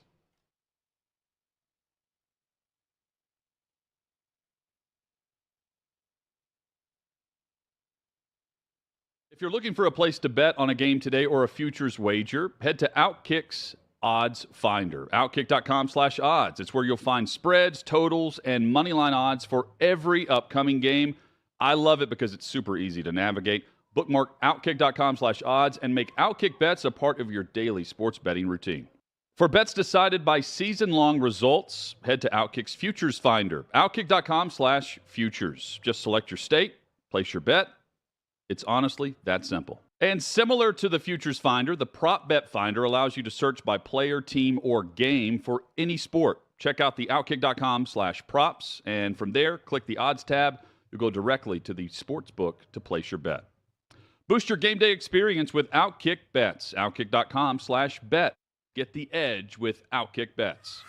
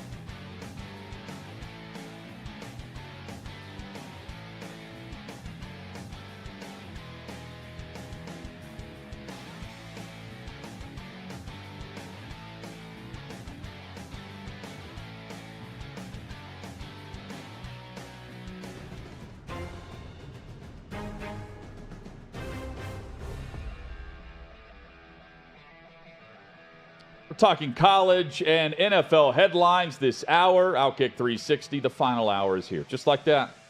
Thursday edition from 6th and Peabody with Yeehaw Beer and Old Smoky Moonshine.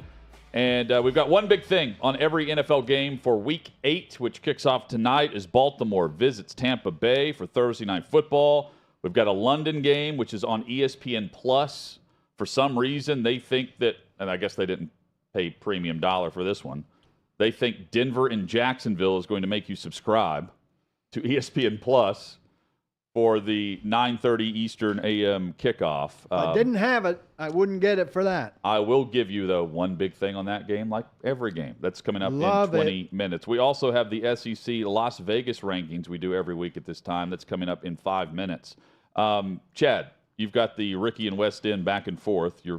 Are you tweeting it back right now? I'm trying to tweet out the link because I'm about to go on one here, and I'm tweeting out that what I'm tired of and what I'm about to talk about. Well, let your thoughts. Can I roll up my sleeves first? Spell check this. Paul, did Tannehill practice today? They called him limited. So no. But listen, I'm out there for the first, 18, 20 minutes, whatever they let you out there for. He wasn't out there for stretch in the very beginning. Then, I tweeted out one video where he's, doing a lot of instructing to where the equipment men who catch some early passes need to be, and for Malik Willis and Logan Woodside, the practice squad guy, and what they need to do. He's not taking a snap in that. If you're not taking a snap in the very lightest part of practice and for show to the media, and he's wearing cleats and he's taped up. Yeah, he's taped up. I find it hard to believe you're taking a snap in the stuff that comes after that, which is asks for significantly more from you. Let me bring up one question, and then we're going to get to the beef. Yep. When we don't know, because this is the part where it's close to the media, how are they splitting reps between Willis and Woodside? Because Willis can't throw the football like Woodside can. He will be called up from the practice squad. He's active either way this week. They're going to carry 3 on game day, right? I would presume it, unless they have a scenario where they're confident Tannehill could serve as the emergency guy, or that they'd go Wildcat or something like that, or unless they call Tannehill just out and they bring up Woodside and their 2 quarterbacks. And I know they don't look at it like this, and if they do, they wouldn't admit it. They've got Kansas City next week, coming off a bye. I would make sure Tannehill is as healthy as possible for that one, knowing that. And I get it. No game is easy. This one, though, you can run it on the Texans. That's where I might even go beyond that. I don't think they can beat Kansas City. So I would win this game without him. I would lose to Kansas City without him, and I'd worried about Denver. I would not rush it. I would get him back where it's not going to re-aggravate it quickly. I don't think he's playing the next 2 games. He's definitely not playing Sunday. Well, based on the evidence we've seen, that is going to be a Malik Willis quarterbacks game. practice without play without practicing. Steve McNair did it here all the time. Ryan Tannehill's pretty damn tough, and it's not like, and they're not going to throw it a ton. Tannehill gets them in the right. He keeps them out of the bad play. Yeah, right. Like that. That's more effective than getting you into the right play. And with Tannehill or with Willis, I think they throw it 15 times. Sure. In this game. Yeah. They're not going to boot and roll out, but they are preparing for 2 very different skill sets. But Tannehill has been rocked the last couple of weeks. Yeah. Even after the bye, prior to the bye, he was sacked 5 times, hit like 10 times. My point is, they're going with Ellinger in Indy in part because he's mobile. Tannehill's not mobile this week, so even if he plays, so I would just make sure, to what Chad's saying, you don't re-aggravate it. But the fact he's already been out there 2 days in front of the media with no boot is a good sign. So take that for what it's worth if you're trying to lay a little money down on this game, or you're just trying to pick it, or if you're a fan of the Titans or the Texans or just football in general. The starting quarterback storylines, he's a big one this week. Vrabel's pretty good about declaring clear guys on Friday. I'll do my best to get out there when he declares it, but, everybody will report it. He might leave it as a game-time decision for a little mystery, or because they truly don't know and want him to warm up on Sunday. But we could know tomorrow at, 12:30. There's a lot of people that think Willis is ready. He's not ready. He's not ready. I mean, he could win this game. Yeah, but and he'll run a lot. And I think Henry can win this game. Yeah. And look, Henry's run for 211, 212, and 250 in his last 3 games against the Texans. Yes. But Henry's not hitting home runs right now. To do that, he'll need something bigger than 24 yards, which is his long run of the season. Chad's about to hit a home run, I think. Yeah, let's go. False equivalencies. I'm so tired of this with this Jermaine Burton, Alabama story and comparing it to other things. Before I get to Ricky and West End, I want to lay out some other things that I've heard. Yes. All over social media, not just from bots either. These are actual people with actual names and actual jobs behind what they're saying. People saying things like, well, Jermaine Burton, he didn't hit the girl. He just smacked her upside the head. It didn't hurt her. And Tennessee had a guy flip off Alabama fans. That is not the same. That is not the same at all. We also saw Jermaine Burton smack the phone out of a guy's hand and sort of shove him in the chest. We didn't have an issue with that. If you step on the field and want to taunt a large football player and put your phone in their face after an emotional loss, and you are a guy, you might get shoved. You might get the phone knocked out of your hand. I'm not saying haul off and wreck the guy, but that might happen, and we're not going to come on here and talk about it and make it into a big deal. Jermaine Burton, go watch the video. He walked off the field. A woman was walking around him, trying to avoid him, walked past him, and he decided to then give her a pie face to the back of the head, knocking her head back. She's not injured. There's nothing terrible that happened to her physically. He should be suspended. I'm not calling for the guy to be kicked off the team, which many are. I'm not calling for an arrest to be made, which many are. I'm simply stating that if you are Nick Saban, you got to have the balls to suspend a guy for a game or two. When they do that, send a message. Jermaine Burton's not going to be the end-all, be-all if you beat Mississippi State at home or not. Give me a break. The guy's not even that good this year. Suspend him. Send a message. Do not cater to behavior like that. And anyone defending it and acting like it's not a big deal or it's the same as a kid flipping off fans is being an utter moron. So please stop with that. Now, here's the new one with Ricky and West End. He says, boy, there's a lot of college football players claiming fear out there. Really funny to see that. The word fear is being thrown around loosely to defend actions. This is another false equivalency. The point he is trying to make is that Jalen McCullough, in his legal defense, stated that he was in fear for his well-being. Now, let's examine the two situations. Situation one is Jermaine Burton walking off a field at the time with no one around him, no one in his face, right next to the tunnel, deciding to sideswipe a 110-pound college student on his way to the tunnel. He's citing, well, he was afraid, and he was acting out of fear. The second situation is Jalen McCullough, a Tennessee football player, in his apartment on a Sunday afternoon with his roommate, another football player, and his girlfriend, and a drunk kid, college kid, I'm assuming, walks into his apartment, is belligerent, is told to leave, will not leave, the victim admitted to talking bleep to McCullough in the apartment and told him, you don't have to be a bleep about it. When he asked him to leave multiple times, they finally got him to leave. He turned to come back into the apartment and he punched him. That's the claim, right? Now, we can sit here and argue semantics. Was it too much force? Did he have to punch him in the face? Probably not. Should he get a felony assault for hitting someone that walks into his house and talks trash to him, will not leave, and then tries to come back in the house? No, he shouldn't get a felony assault for something like that. But here's the big difference in the two cases. I'm going to explain this in crayon right now for Ricky and anyone else that wants to argue anything else with this. Jalen McCullough missed 2 games. This guy is a 6th-year senior who missed a game against Alabama. He stuck through the Jeremy Pruitt years. Stuck through it. Started since his freshman year. He did not get to take the field with his teammates when fans rushed the field and they beat Alabama because of this claim by this victim. And right? he's been cleared on campus. He's been cleared on campus. He's missed 2 games. He may miss this 3rd game. All right? Whatever. He's suffered. He's missed 2 games. Jermaine Burton has not sat 1 game. That's the equivalency I want to make in this. I've got no issue with Heupel. You get charged with felony assault, you're not going to play. I understand that. Regardless of what the player's saying, regardless if it was justified or not, you're not going to play. I've got no big issue with him sitting the last 2 weeks. My issue is with people trying to compare, again, a male college student punching another male college student that enters their home drunk and will not leave their home versus a college football player exiting a football field and taking a swipe at a woman who doesn't even see him. Not the same. Stop arguing it. Please be done with it. There are really no grounds to argue. And Ricky is smarter than this. Yeah. Also, one is a lawyer.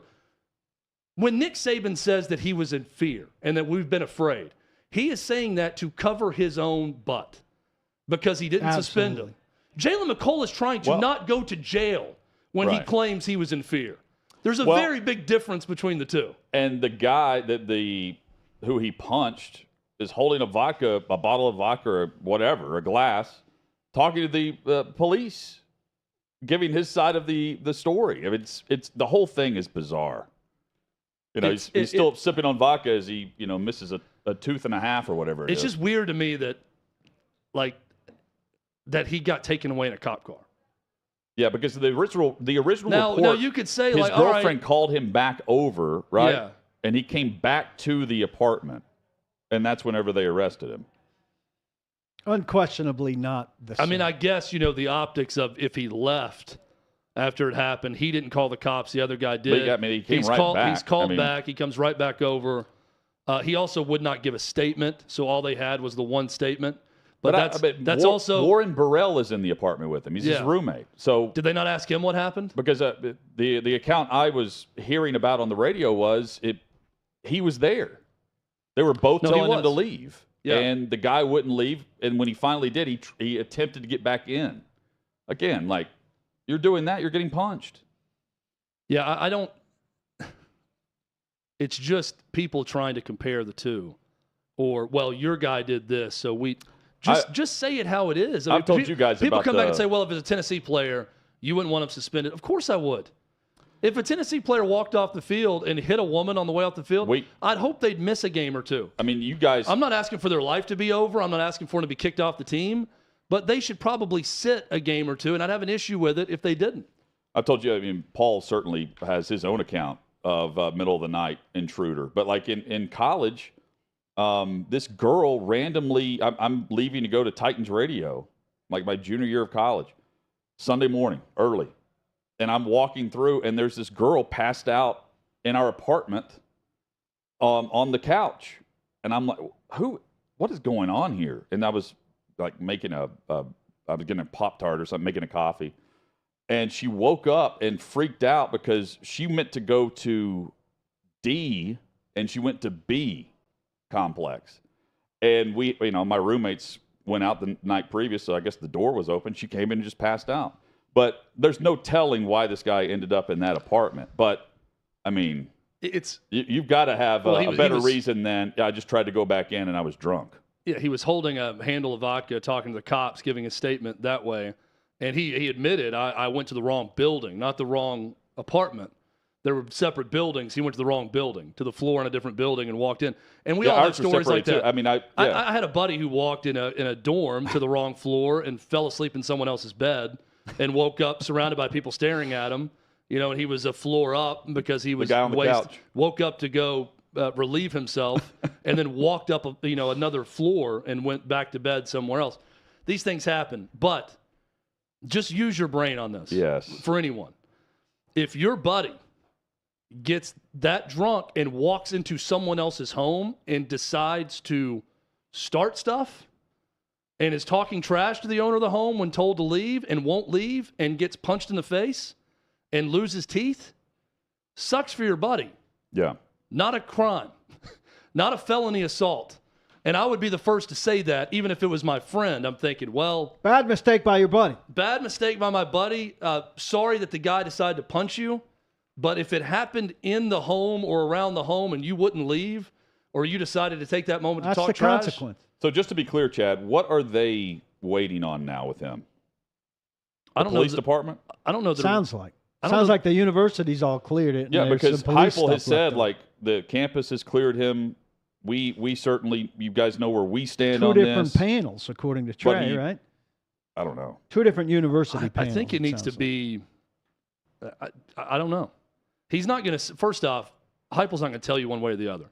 He's not going to say if Cedric Tillman's going to play. You'll just know on Saturday. Well, WBIR is reporting if he's out there. Cedric Tillman expected to play against Kentucky, barring setbacks. Yeah, and Pete Thamel will have a report on Saturday morning because he gets all the reports for College Game Day, and he'll say one way or the other if he's playing or not. But you'll find out for sure on Saturday. Expected is one thing. McCullough, I would guess, and Trey said he thinks he'll play this Saturday. I guess that's the case, but I mean, if you're technically waiting for the legal process to play out, he's got a court date, I think, on November 18th. They're trying to move up to November 1st. The expectation, I believe, reading the claim, would be that the charges would be dismissed at the court date. So if you're waiting for the charge, now that you've got his side of the story, do you let him play, even though the charge is still out there, or do you wait until that court date and see if it's dismissed or not? I don't know. Just stop making comparisons with things that aren't comparable. Yes. Because those are 2 situations that are not comparable at all. I don't think Tennessee and Kentucky are comparable on the field this Saturday. Neither. We've got the SEC Vegas rankings. We do this through philstill.com, which is behind a paywall, but he's nice enough to relay this to Chad on a weekly basis, where the SEC stacks up and how Vegas views each program based on a neutral field.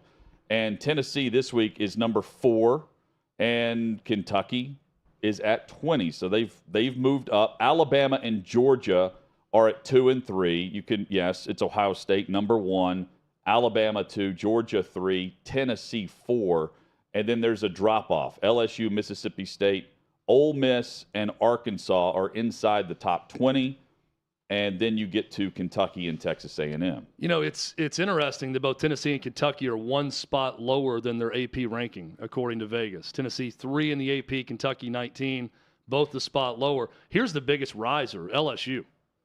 Boy, they rocketed up the last 2 weeks. 13th now in the country, according to Vegas, on a neutral field. So that win for Tennessee, that blowout win at LSU, looks even better when you look at that. And, of course, they have the win over Alabama. They'll play Georgia next week, Kentucky this week. The separation, so I talked with Trey about South Carolina, Missouri, teams that are close in these rankings. South Carolina has a game coming up against Florida at Florida in November. South Carolina hosts Missouri. Florida's already beaten Missouri this year. That 35-58 spot, Vegas is telling us there's not a big difference between 43 and 58 because 43 South Carolina is hosting 58 Missouri this weekend. They're only 3.5-point favorite at home. Yep. So that's a big gap of 15 spots, but they're telling you there's really no difference between 43 to 58 in the rankings. And the respect level for Tennessee continues to be right there. Kentucky, I mean, Vegas likes Kentucky, but not on. They like Kentucky at home, right? Like this is where you see the drop off from 4 to 20, and I'm thinking, neutral field or in Knoxville. To me, the spread makes sense. I know a lot of people are thinking that Kentucky's covering this week. I'm not one of them. What's the spread? I don't think Kentucky 11.5. Kentucky has been underwhelming as big favorites this season in games, but Kentucky's very good against the spread. I'll give you an example. I want to say they were a 3-point underdog at Ole Miss, or 3.5, and lost by 3 in that game. I believe they actually covered the spread at Ole Miss in a 22-19 loss because it was like 4 or 5 maybe. It was 6.5 was the spread. That Ole Miss was favored by, so they actually covered in that one. There's a lot of late money coming in on Kentucky. It's down to 11.5 last I checked to cover this spread against Tennessee. I mean, we saw Alabama's best. I realized they had 17 penalties. We saw Bryce Young, the Heisman winner's best, and Tennessee was able to get over the top there.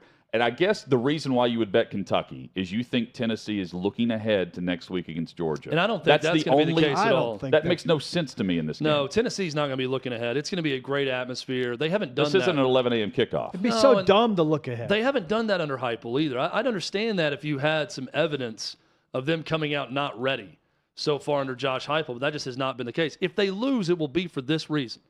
I've laid out this formula all week, the Pitt formula.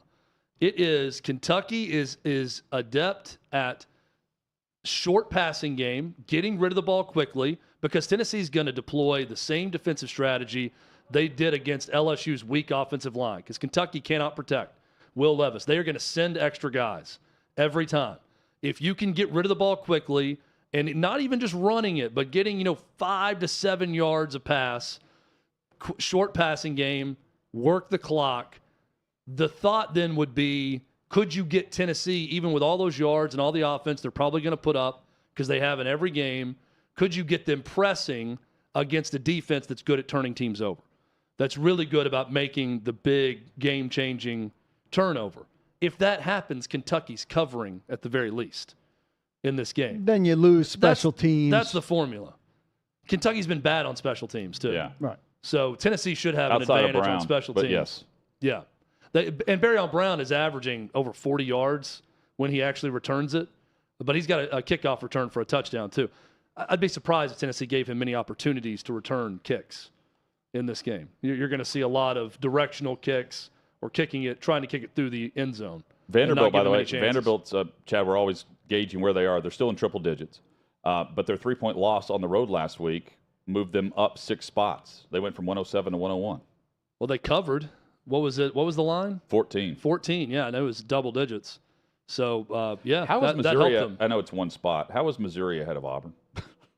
That's a good question. How is that possible?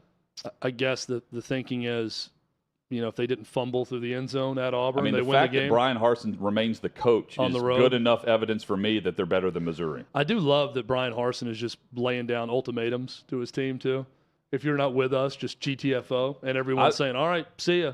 That's and what he he's said at the losing beginning of the everyone in his season, too. freshman He was class. just like, hey, ask me this stuff now because we are going into our bunker. And I want to side with Brian Harsin on this one thing, Yeah, because there's a report where someone it said Brian Harsin responds to report. I saw this story. Brian Harsin responds to report that he did not allow a player to redshirt and instead told him, enter the transfer portal if you don't want to play. And to that I say, go. Bravo. Yeah. I mean, if your response is, no, I'm trying to save my eligibility because I'm leaving at the end of the season, my response would be, I need you in this game. If you're not willing to play, leave now. Don't worry about it. You can leave our program this second. I mean, no for him problem on at that. all with He that. also has nothing to lose.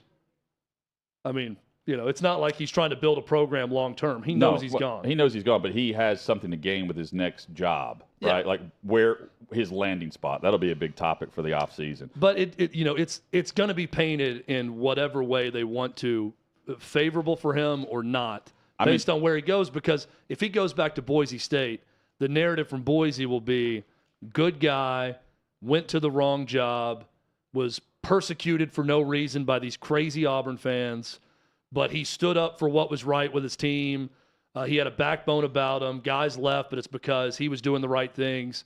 They didn't want to be a part of it. And then if he goes somewhere and you want to bash Brian Harsin, it's he left Auburn as a dumpster fire because their entire roster left during the season. I'm going to be intrigued if they're firing him, if they let him coach the Alabama game, because he nearly won it last year.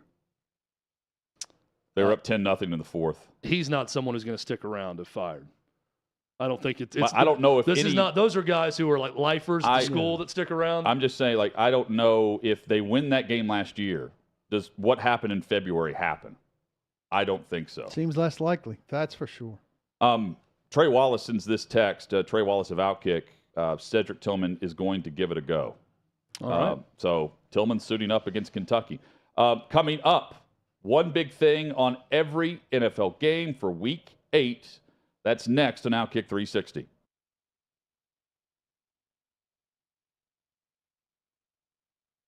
Dockich believes that Matt Ryan, within a couple of weeks, is going to be in the MVP race. The Colts are absolutely horrible. They're not well coached. I agree. He hates their team, but yet he thinks their quarterback is going to be in the MVP race. Why? Hey, let me explain. I don't think he's going to be the MVP. But these two games, when the Colts win, it has been because of defense and Matt Ryan, fourth quarter, playing well. All right? I'm saying these two games set it up. If they lose these two games, today and then against the Commanders, season gets tough. They got the Eagles. They've got to go to New England. They've got to go to Vegas. But if the Colts win today, it's going to be because of Matt Ryan late in the game. And you guys know quarterbacks are here for one thing.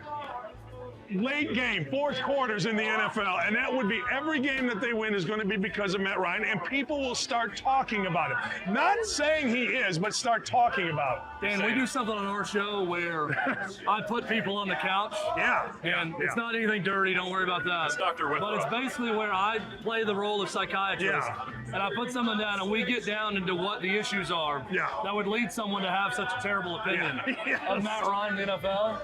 And what I think is going on here, Dan, is that you are so good at being a contrarian with indie media. You hate them, they hate you. You always go the opposite way.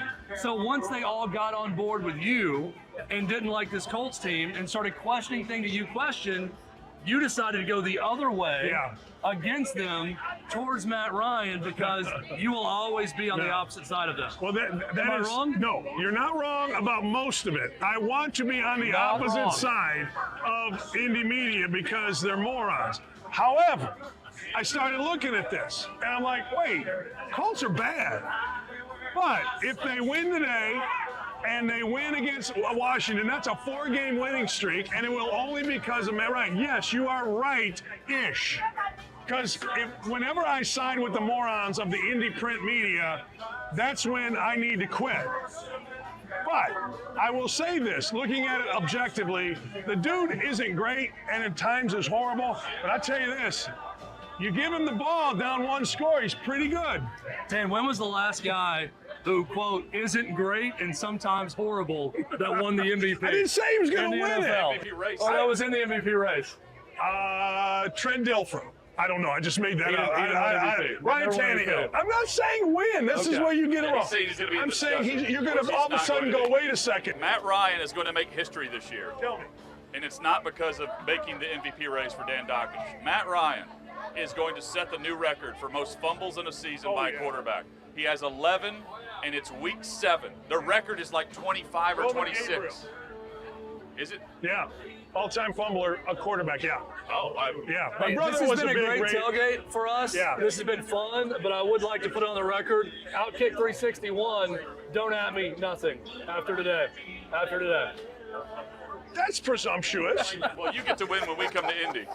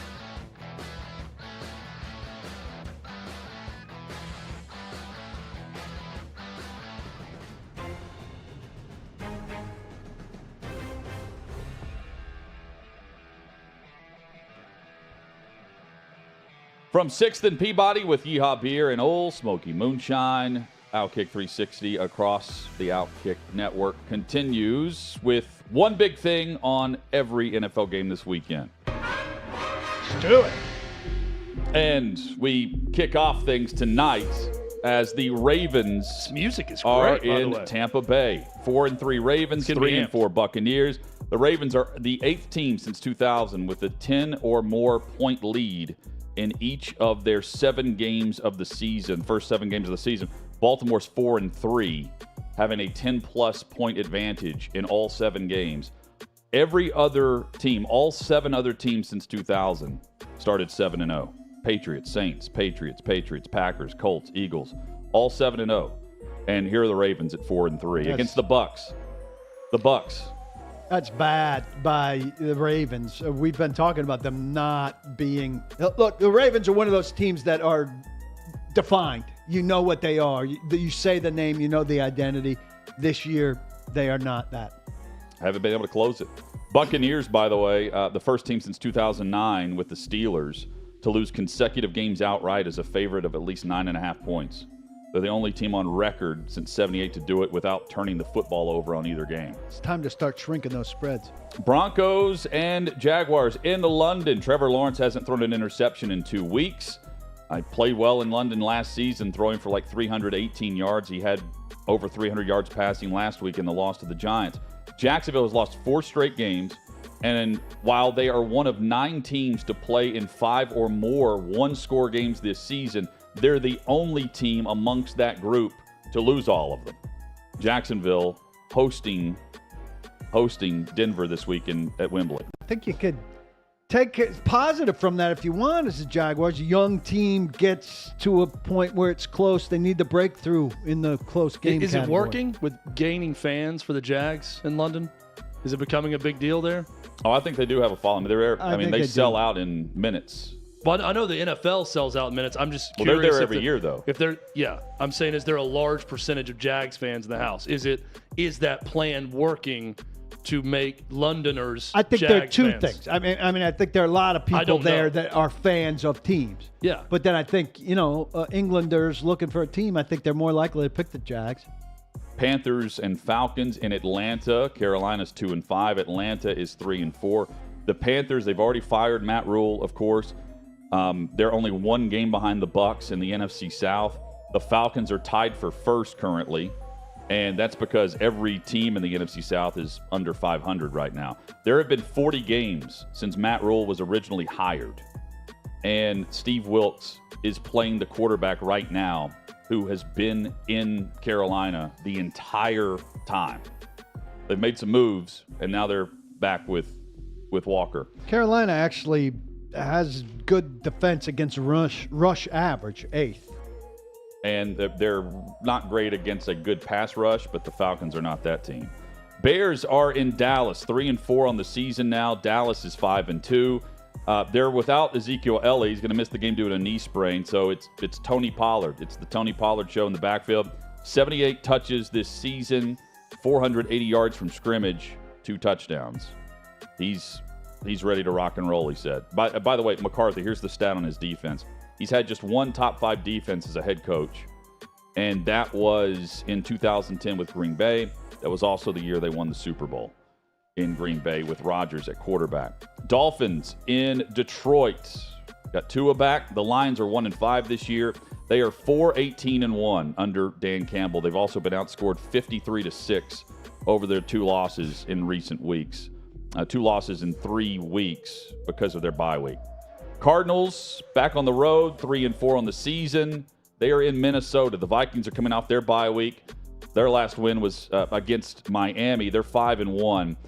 Minnesota has forced 10 turnovers in their 6 games, and they're trying to get back to their consistency offensively. 3 weeks ago, 12 of 15 on 3rd down against the Bears. 2 weeks ago, 2 of 12 on 3rd down. And they're going to try to slow down DeAndre Hopkins because that's now the Arizona offense. He's now in the slot a lot more. He played 27 snaps in his first game back in the slot. That's 17 more than he's ever had in a single game with the Cardinals. They're using him differently now that they've brought him back into the mix off of what they've done the first 6 games that he had to miss. It's a nice quirk. And his targets, he had 48% of all the targets last week. And 10 catches. Of their offense. He's going to... You know where it's going. That's it. You know where it's going. Raiders and Saints, it's time to get it together for Vegas. They won last week in Houston. They're 2-4, and this is why I'm worried that I've eliminated them already in our previous segment this week. All 4 of their losses have been by 6 points or fewer. And here's their upcoming schedule. Saints, Jags, Colts, Broncos. It is time to win now. Can win 3 out of Win 4 of those now, easy. Josh McDaniels, and you're back in the mix. Josh Jacobs is keeping them there too. So he had 144 yards against the Broncos, 154 against the Chiefs, 143 against Houston. The only player to rush for at least 143 yards in 4 consecutive games was Earl Campbell in 1980 with the Oilers. He's trying to make it the 4th consecutive as they take on New Orleans in the Big Easy. Las Vegas, 9th overall in total offense. It doesn't feel like they've been that good, but you've got the reason why. Right? Yeah, they're losing very close and in shootouts. Patriots and Jets. Patriots beat the Jets by a composite score of 79-19 in their 2 games last season. They have won 12 straight in this matchup. The New York teams, by the way, a combined 11-3 on the season. Steelers back on the road, but they don't have to go far. Philadelphia, it's 2-5 Pittsburgh at 6-0 Philly. The Eagles coming off a bye. They have a league-high 14 takeaways, only 2 giveaways. They're the only team in the league that has not lost a fumble. And Jalen Hurts has thrown only 10 interceptions in his first 25 career starts. Only 7 quarterbacks in NFL history have had that type of stretch for from rookie on through year 4 now for Jalen Hurts. Late afternoon kicks. Statistical mismatch. Philadelphia's 5th on offense, 4th on defense. Pittsburgh 30th and 28th. And Kenny Pickett, I may have to bring this up tomorrow, but Kenny Pickett said, here we go. He's the first NFL quarterback to throw 7 or more interceptions and less than 3 touchdowns in his first 4 games since Ryan Leaf. Yeesh. He was my offensive rookie of the year pick. Preseason. Nailed it. Not doing great. Old Kenny. Hey, he's like the Raiders. It's time to do you, it man, now. Those small hands will get you one way or the other. Ask Ryan Fitzpatrick. Had a nice long career, but the small hands will always come back. Can't to haunt handle you. that cold weather up in Pittsburgh. Guys, best third down defense in Joking. the NFL. Who is it? Best third down defense in the NFL. He's playing in the first late The game Dallas on Sunday. Cowboys. The Tennessee Titans. Oh, I knew that. The Tennessee Titans I just wrote a story best about it third today. down Paul, defense leave. in the NFL. You In cover the team. 2020, And they you were the couldn't answer that. worst in Leave. league history. 27% conversion rate for opposing offenses. The Texans have allowed a league-leading 32 runs of 10 or more yards. The Titans are allowing just 7.8 points per game in the first half. That's tied for the 3rd fewest. Meanwhile, you've got great offense from the Texans through the first 3 quarters, and then they really tail off. But the Titans don't score in the 4th quarter. If the Texans could actually shape that game, I'd lean towards them. I just don't have any confidence they could shape that game. Titans are the only defense featuring 3 players with 4 or more sacks. They've got Autry, Simmons, and Weaver doing it. Except Simmons and Weaver haven't practiced this week. But I mean, both teams want to shape the game the same way. Yes. So it's just about who does it better. Well, the Titans don't want to leave it to the 4th quarter because they haven't been finishing. Damian Pierce. But yeah, you're right. Goes for Otherwise. his 5th straight game with over 100 all-purpose yards. Commanders on the road against the Colts. Sam Ehlinger makes his first career start. They've now won 2 in a row, and their upcoming schedule for the Commanders, Colts, Vikings, Eagles, Texans. That's their schedule over the next month. Giants and Seahawks, 6-1 New York, 4-3 Seattle. Like the Titans and Colts last week, this is the only game this week between teams with a winning record. It's unbelievable. Now, that could there was a happen 2 weeks chance in a for row. 3 games this week with both teams having a winning record, and then there's some upsets last week, and then Monday night happened with some of the records there. This is the only one, 6-1, 4-3. 49ers at Rams, 3-4 against 3-3. The 49ers have beaten the Rams the last 7 regular season games, but they lost in the NFC title game last January. And even in that game, San Francisco had a 17-7 lead. And then Jaquiski Tartt dropped a layup of an interception that would have sealed the win. And San Francisco would have been in the Super Bowl. Nope, McCaffrey's been there a week and a couple days now. I would imagine they have something set up big for him to be featured and be a factor. Matthew Stafford, again, they're coming off their bye. Stafford's pick 6 in week 6, the 29th of his career. That tied him with Dan Marino for the second most in the league since 1950. And he has a -2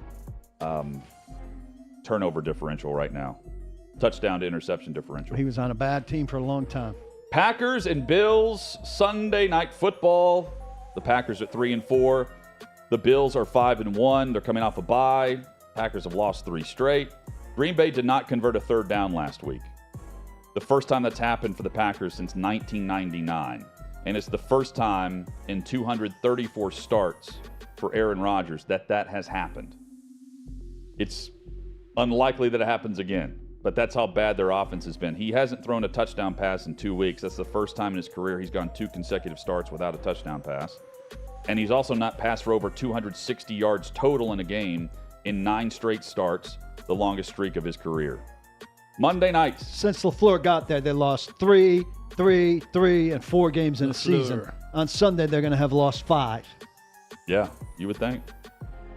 Yeah, they tied their loss total within the first half of the season. Bengals without Jamar Chase now. If you're just joining us, he's out 4 to 6 weeks with a hip issue. That coming from Adam Schefter. Burrow had 9 completions of 20 or more yards last week alone. And they are on the road in Cleveland. Monday Night Football. Burrow and Chase, touchdowns of 32 and 41 yards last week. In their 23 games together as teammates, they have connected on 11 touchdowns of at least 30 yards or more. That's a huge, explosive piece. I'm not telling our audience anything they don't know, but I am curious. They had nearly 3 receivers reach 100 last week.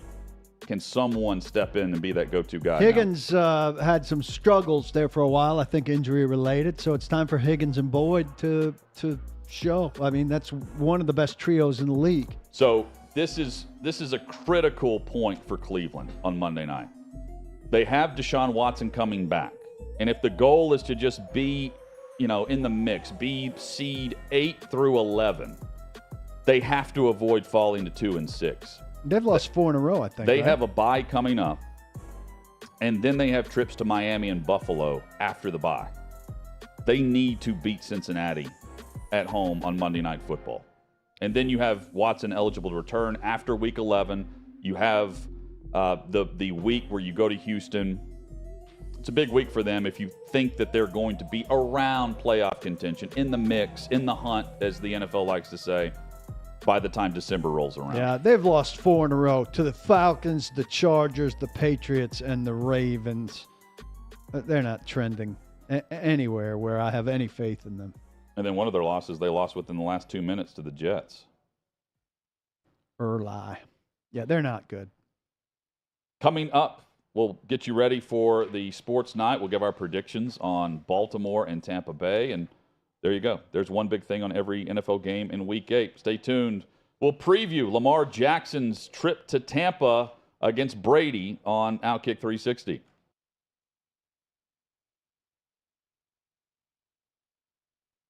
Was there a moment that you always look back to from Black Hawk Down and you said to yourself in that moment, I am not making it out?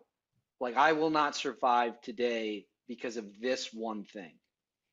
It was kind of the entire day, the entire night. There was a portion of time, I think, in the middle of the night where things kind of calmed down and it wasn't as chaotic, and we were just kind of sitting waiting for guys in helicopters to get extricated and things like that. And it wasn't until the sun started to kind of peak back up where you're like, this is going to turn back on again. But for the initial assault and 2 or 3 times that I went out into the city, it was just, I don't think any of us are going to make it out alive. And so every time we would kind of get back and be secure and all right, get more ammo, and we're going back out to try and find this other crash site. And I didn't think that it was happening for any of us.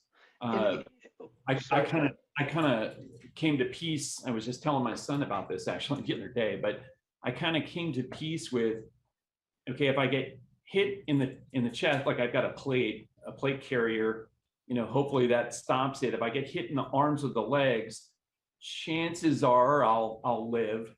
And if I get hit anywhere else, it's probably going to be pretty quick and traumatic and over. So I hope that I remember thinking specifically in the middle of the afternoon, I hope that I can just like look at the blue sky and have something peaceful to look at, not this whole, what I'm looking at in front of me. I hope that's not my last moments.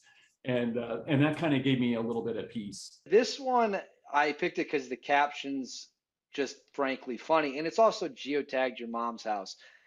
It says balls deep, as we used to say, long before it was a popular term.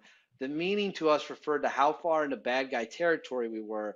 These are a few picks from that day and also a pick of us getting ready to go. We lost a mate on this day, Andy Fernandez. Although he was brand new to the unit, he had just been assigned, he left his mark, and will forever be etched into historic endeavors. R.I.P. Andy. So I know you probably can't get into specifics. The caption's hilarious, the top half of it anyways. But Yeah. Are you able to say anything about what this Instagram post is in relation to? That was post gunfight. I think it's been talked about in some book, someplace. So I don't read any military history stuff. So I don't know. People will send me things sometimes where like, oh, this must be from this book that so-and-so wrote about. Like, I don't know. It was kind of post gunfight. We were outnumbered and surrounded by, 130, 150 dudes, and had, at least beat everybody back enough that, that was kind of that moment when that picture was taken. So we didn't necessarily know at the time, like, it was any gunfight is a scary moment, and, you don't really necessarily know the outcome. But it was almost, for me and where I was, it was almost a fun gunfight. Like, they couldn't hit me where I was, and they couldn't hit my group where we were based on the terrain. And so we were almost kind of laughing, running back and forth, shooting at these guys over here, go grab some more ammo, go shoot at these guys over here. And so it wasn't, a terrifying moment. It turned into not to be a terrifying moment. But then we started hearing radio calls, hey, we got some people hit and injured, and okay, well, now this is a serious thing. It's not a funny thing anymore. And if anything, the post kind of reflects that, where, Right. Initially, hey, haha, fun. This was, a good day. And then, somebody paid the ultimate price that day. And but that's about as much as I can say.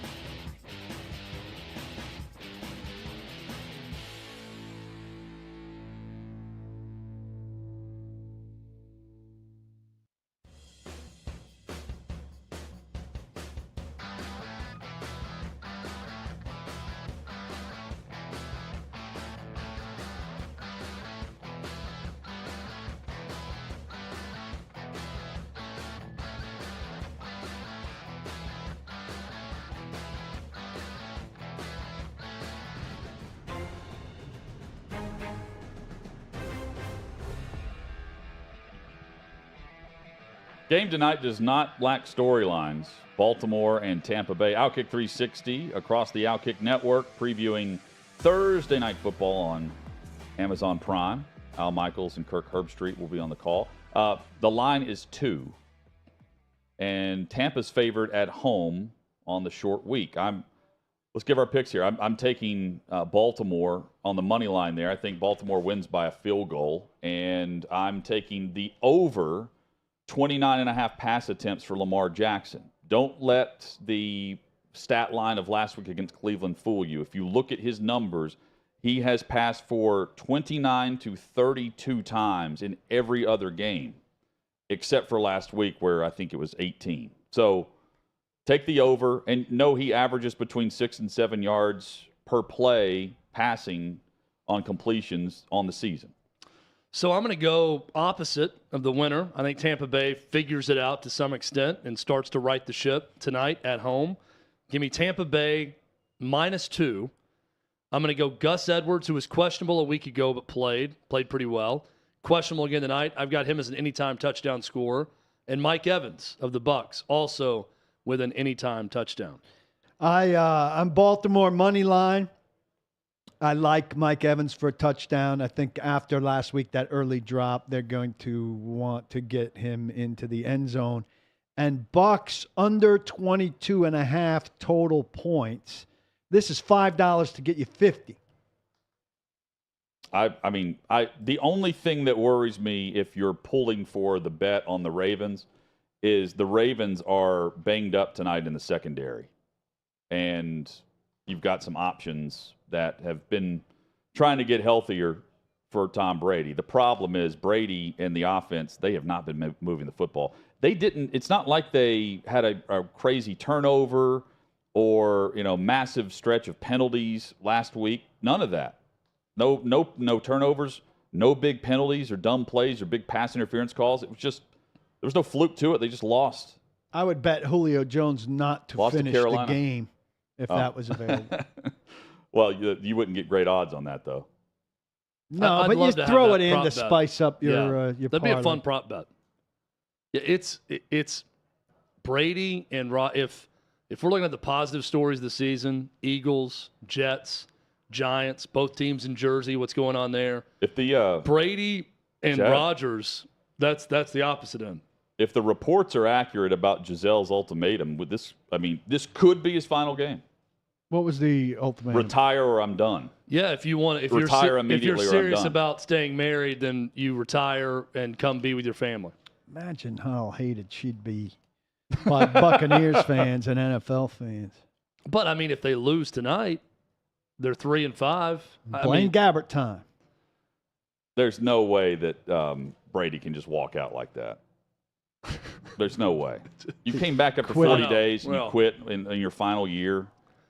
It's just funny how I was saying it's like there's no way he could walk out like that the way he did on his family months ago when he decided to come back and play for 30 days. Right. He walked out there, but he's not going to leave his team. That wasn't in the middle of the season, though. He's not going to leave his quitting in the middle of the season. But he did. He quit in the middle of his retirement. See what I'm saying? He quit in the middle of, now I'm going to be a full-time stay-at-home dad. Yeah. After spending some time with my family, I'm going to rejoin the team. But now it's like there's no way Brady would quit his team. Right. In the middle of a team commitment during a season. Yeah, I understand what you're saying, and I agree with you. That's weird. I don't think he's going to quit mid-season. It's Us Weekly. Giselle has informed him, quote, either he leaves football to spend time with the family or she is gone for good. And this is through Pro Football Talk. There's a lot of reports out there where she's retained the top divorce attorney in Florida that she's got as her counsel as well in this whole deal. Sad that that's reached that level. It's even more sad if the team doesn't reach the playoffs. It reached that if you level left for a team that's not good. She was saying this to Charlie Rose like 6 years ago. Yeah. Before he sucked in New England that final year. She's got opinions. Well, she's not some shrieking violet. She will tell you how she feels. But that's it's for sure. clear that he made some sort of pledge that he went back on. Yeah, I think the pledge was a time. Let me go play somewhere for a couple of years, ticking clock, and then I'll be done. Yeah, I want to go prove it somewhere else, and then that didn't happen. Just finish the year. Let's get us through. Let's watch you play a few times. and you can go off into the sunset. Can this ultimatum remain? Whatever sunset, whatever coast, whatever country you want to go to on your 7 homes, Giselle. Wherever you want him to be. What if his response through his attorney was, can this ultimatum remain until we're mathematically eliminated from the playoffs? And let's let it might stand only there be in a the couple window. weeks. Honey, it could be a month. If Atlanta gets good. 2 weeks, 3 weeks, could be 2 months. Just give me a little bit more time. Enjoy the football. We preview the weekend of football tomorrow. OutKick 360 starts at 2 Central, 3 Eastern across the OutKick network. I beg of you, stop locking the box, but continue locking your locks.